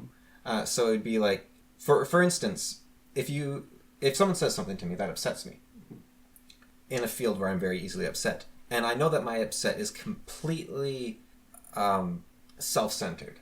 Yeah. I'm not going to say it's wrong or irrational because, there's always a reason. But it's like, it wouldn't behoove me to punch the person in the face. Even though, as much as I want to. I say to myself, okay, I really want to stab this person right now. So I'm going to put down all the knives and I'm going to step out of the room until I don't want to stab them. Even though everything is aligning to tell me to stab them, the rational part of me, or the superego, is saying, look, your ego wants to stab them, your id wants to stab them, but you don't want to be a person that stabs them tomorrow. You don't want to have been the person tomorrow that stabbed them. Like, right now you want to stab them. Yeah. Tomorrow you won't want to have stabbed them, so just get out of that room until that moment passes. Yeah. And so that's, I think, what would happen to me with the angel, where I'd be like, look, every fiber of your being is telling you God is real and this angel told you that, but that was the angel, so can you trust it, right? That's the sort of... Yeah. And I would have that feeling inside of me, like I wouldn't be able to deny it, right? And a lot of time I'd be like, oh, life is so good because God exists, and then I'd be like, come on, remember that he doesn't, remember that he doesn't, remember that he doesn't. Well, it's not that he doesn't, but it's that you don't actually believe that. Yeah. And now it is kind of weird, right? Because let's say you're like you, and you believe in God, you just do. And it's like, okay, maybe the angel already got to you. But is there any reason for you to then try to tell yourself this isn't real? It's like, what's the advantage? Yeah. And it's like, okay, maybe the angel got to me, maybe it didn't, but is that something I want to try to disabuse myself of? I think being open to all possibilities is good. You could say, like, maybe the angel got to me, but, this feels right, so I'm going to go with it. Because I think that's all you can do in the end is just go with what feels right. But then sometimes what feels right is wrong. Like, self-righteous anger feels very right. Fear even feels right when you're like, I hate what this person did to me and I'm afraid of them. It's like, that feels right, and you don't want to let go of that. Most negative emotions, I find, are the most compelling. Like they're the ones that you don't want to let go of. You're like, trying to keep you alive. It's more than that, though. It's like, I invested so much energy into torturing myself that I don't want it to be for nothing. Like, I can't just give up on this anger. Yeah, no, it's trying to keep you alive. Yeah. It depends on what sense. Like, it is keeping that ego alive. I'm the person who suffered. It is keeping you alive. Like, a lot of things are to keep you alive. But we're mentally beyond avoiding getting a knife to the throat of trying to be alive. So negative emotions' job all the time is to keep you alive. And importantly, you said it's to keep your ego alive, and I think I agree. But if you let your ego die every time someone crosses you, you become a mat that people walk on. So you can't. Your ego has to live sometimes, and it has to fight. No, back. sometimes your ego needs to stay alive. Yeah, it needs to fight back. It needs to be angry. It needs to, like. I think. In my life, most of my problems could be resolved by me standing up for myself in just a, like, if somebody says something that, you know, they don't intend any harm, right? But they say something to me that's negative. If I just go, why'd you say that? Like, what was that? Like, I don't even have to get angry. I can just, you know, stand up for myself in that tiny little way. Socratize them. Or just like, not even that. Just like, whoa, too far. What are you doing? Or just, whoa, what the hell? What are you doing? Like. I don't have to question them. I don't have to rationalize. I don't have to explain myself. They don't have to explain themselves. It's just like, cut it out. Yeah. Not here. Not with me. This isn't me. This isn't what you do. And that's something I don't do. But I think that's something that, you know, that's basically the cure to resentment. Now, what you do is then you strain your relationship between two people. But I was thinking about it. I was thinking, if I'm dealing with someone, like, who's the cooler person? The person that's like, whoa, like the person that stands their ground and it's like, this is who I am. You're like, okay, yeah. I think that's a cooler person than the person that sort of goes away and cries, right? Or resents you and schemes in the dark. Why, when I first listened to the audiobooks of Lord of the Rings, and the actual character of Aragorn, it's like, we'll not talk about these evil things in this good time. Well, I think, like, even Gandalf, right? Gandalf has this temper and he gets angry, right? But you know not to cross him, and or you say, it's worth me crossing him. And you respect Gandalf. Gandalf isn't evil for not going away and stewing in resentment. Yeah, but like all the characters, like the characters that aren't hobbits, because the hobbits are a lot more like normal people. They're less paragons, even the ones named Peregrine. But the paragons in Lord of the Rings, like their character, like Gandalf's a paragon, Aragorn's a paragon, even Legolas and Gimli to their own extents, and Boromir's slightly more flawed. But like these people, the paragons in it, are just. Like, their character, you read them and you're like, that is the kind of person that you're meant to be. So when you say Aragorn says, let's not talk about these dark things, right? It is not the time to discuss them. But what is the relation to me standing up for myself in the moment rather than going, like, isn't that the opposite almost? Like, it's... No, it's the, it's not so much that, it's not a direct comparison, it's a tangential of he is saying... He will speak his minds of, we will discuss this, we'll discuss this later, but right now we're doing this. But I think... And it's the, he's not weaseling his way around things, he's not breaking down crying, he's not running away, he is speaking his mind of the matter, and... I think some things should be left alone, though, even. Like not just we'll talk about this later, but like this... Well, he does that as well. He does, like, some things we don't talk about, like... I will not speak of the evil things in Mordor. He says that. But in my case, let's see if... like, we could be on the same line here. I'm just trying to... so someone says to me, I think your injuries are all psychosomatic, right? And I go, well, no, it's not because of this, this, and this. I don't think that's the right way to do it. I think that's me trying to justify myself. And I don't think justification is a good thing. And me saying, look, we'll talk about it later. I don't think that's the way to do it either. No. And that's what I see as let's not talk about these evil things now. What I think the way to do it is say... Don't armchair psychologize me without having experienced 4 years of my pain. I think that's the correct answer, right? It's like...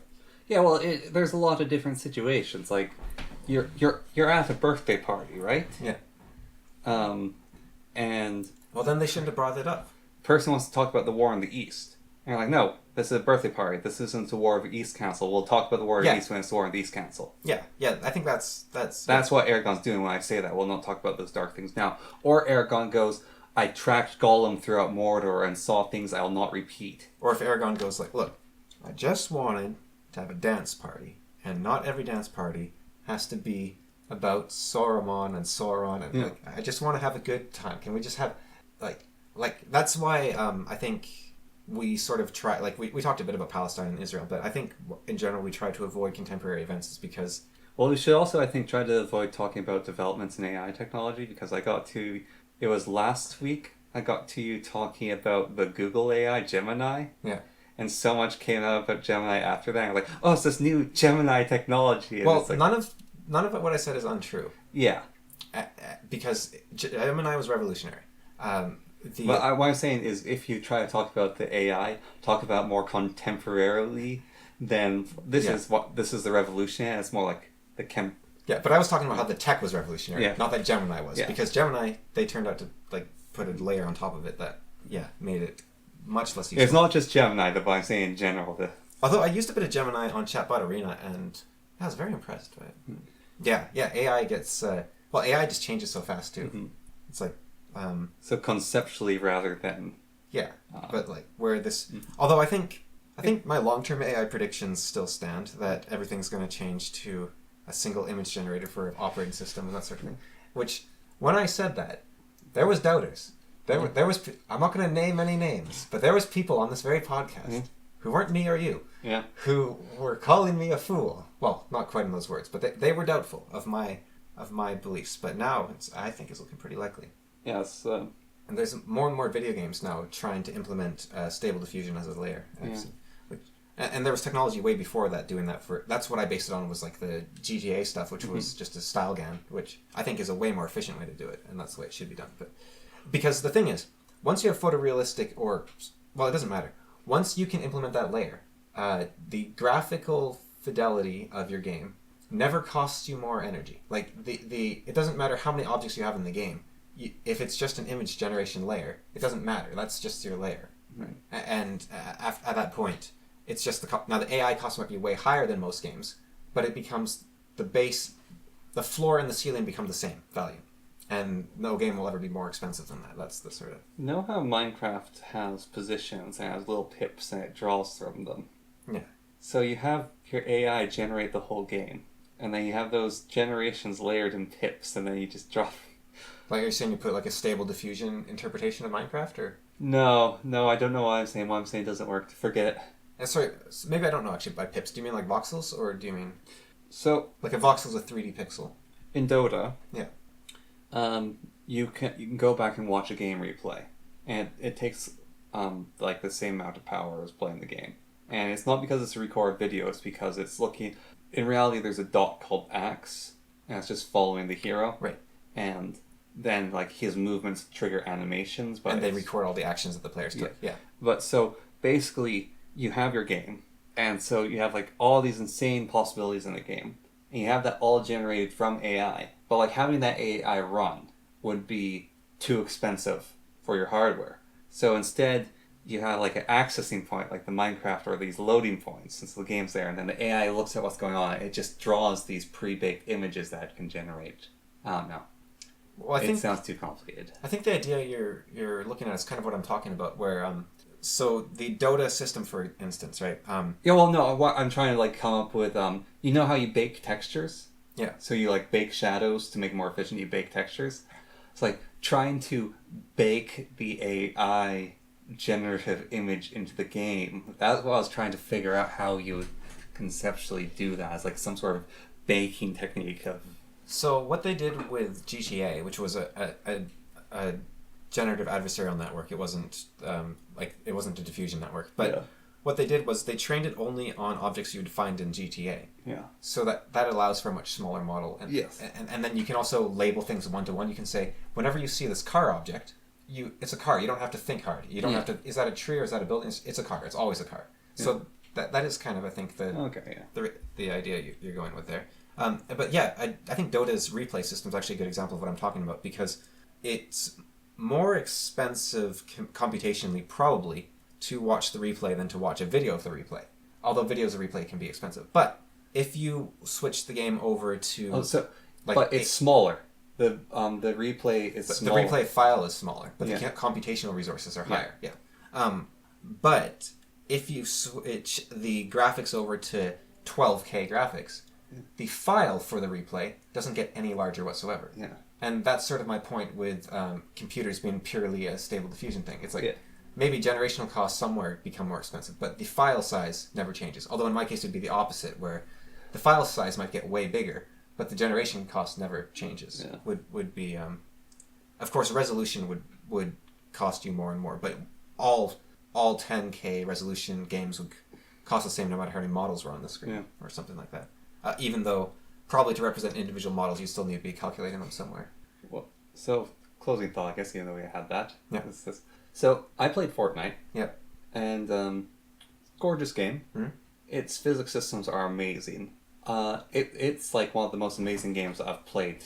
Well, it's basically yeah, that's what I say. Like it's their tech demo. Yeah, from a technological standpoint, it is amazing game. Fortnite. It's Epic's tech demo for Unreal 5. Yeah, no, it's just like because it also runs really well. Like the various different things in it, like the different interactions thing doing, like the environments are gorgeous, the sounds are right. Like I don't agree a lot with the directions of certain choices they made.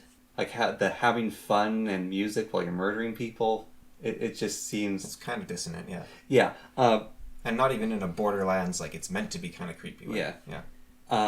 Even if it's like they're not actually hurting each other, it's all the game, they're like game beamed up, whatever, but then certain parts of the plot of the story that there is to it kind of disconnect from that. But ignoring all that aside, and the gameplay as well, like, I would love to play Fortnite if... you keep everything the way it is. Like there's the running around. You make it like a wave survival zombie. No, not even that. Like there's the waves. That's fine too. But like no, Fortnite, everything. Like you drop from the party bus. Yeah. And you have the fight in the arena. But the zones don't close down. And if you get killed, you spawn back into that fight, and you can just keep running around. It's just like a big murder fest sandbox. What's that? Like you know deathmatch in like Halo, where it's like there's no teams and it's just a smaller map and you're fighting each other and you just keep fighting and eventually you get a high enough score. Yeah. Like do that to Fortnite. I would love that. Actually, that would be an awesome game. What's that army? Is it called Red vs. Blue? The army game where you get like each player has like 100 lives and you control an army. Heroes and Generals. Yeah, but some of them sort of do that. Yeah, there's a few like that. Fortnite has a bunch of, like, Fortnite Battle Royale has a bunch of modes, right? Yeah, there's a bunch of different game modes. I don't know if there's any game mode quite like that. There's a Lego game mode where it's like, you combine, you know the Lego games? Yeah. You basically take those, you combine them with Fortnite. However, then you combine it with Minecraft, and it runs somehow. And it's so good looking. And so I have my character, right? And you're assigned a random character and you have to buy or lock skins. But your base character actually has a unique look in Fortnite. The first skin you get. And her skin somehow is transferred over to the Lego skin. And they look like the same person. It's just one's a minifigure and the other's not. And it's like that there as well. And it's just... There's so much... It is an amazing game.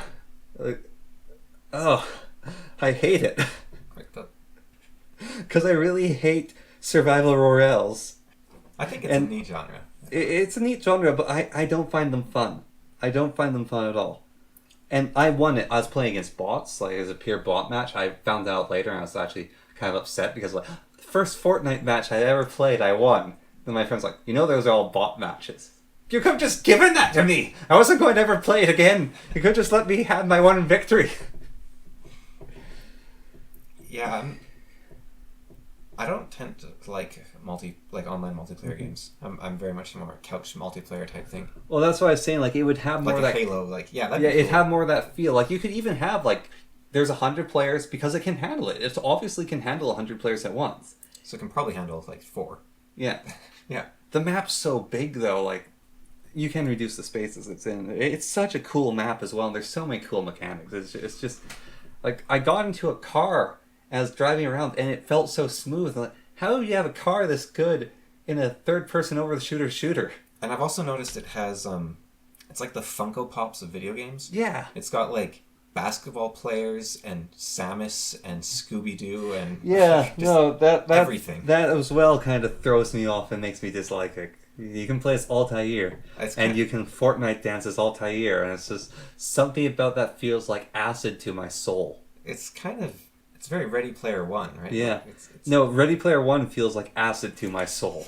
Well, like, the limit of what I'm willing to accept for that is Gmod, and it's because Gmod is not corporate and not like, oh, we'll put this all together. Gmod is people putting their things into it, and it's like, I love this, and so I'll add this. So, Whereas, like, with Fortnite, it's like, unlock the Altair skin for $20. Very early on, in the podcast, we talked about not talking in references to other material, right? And the idea was something along the lines of you've given up on actual communicative discourse and you're just communicating in pop culture memes. Yeah. And I think at least, I don't know about you, but I've softened on that because the more I think about it, and the more I realize that language is based on memes. And Well, with Jordan Peterson, everything's the stories. You look back at these ancient histories and you can draw on them. yeah, and all words are just a way to express the different demons in the bush and the different gods in the mountains. And so, could Fortnite just be the house of the new Pantheon? Oh, on that depressing end note, we'll leave it there. All right.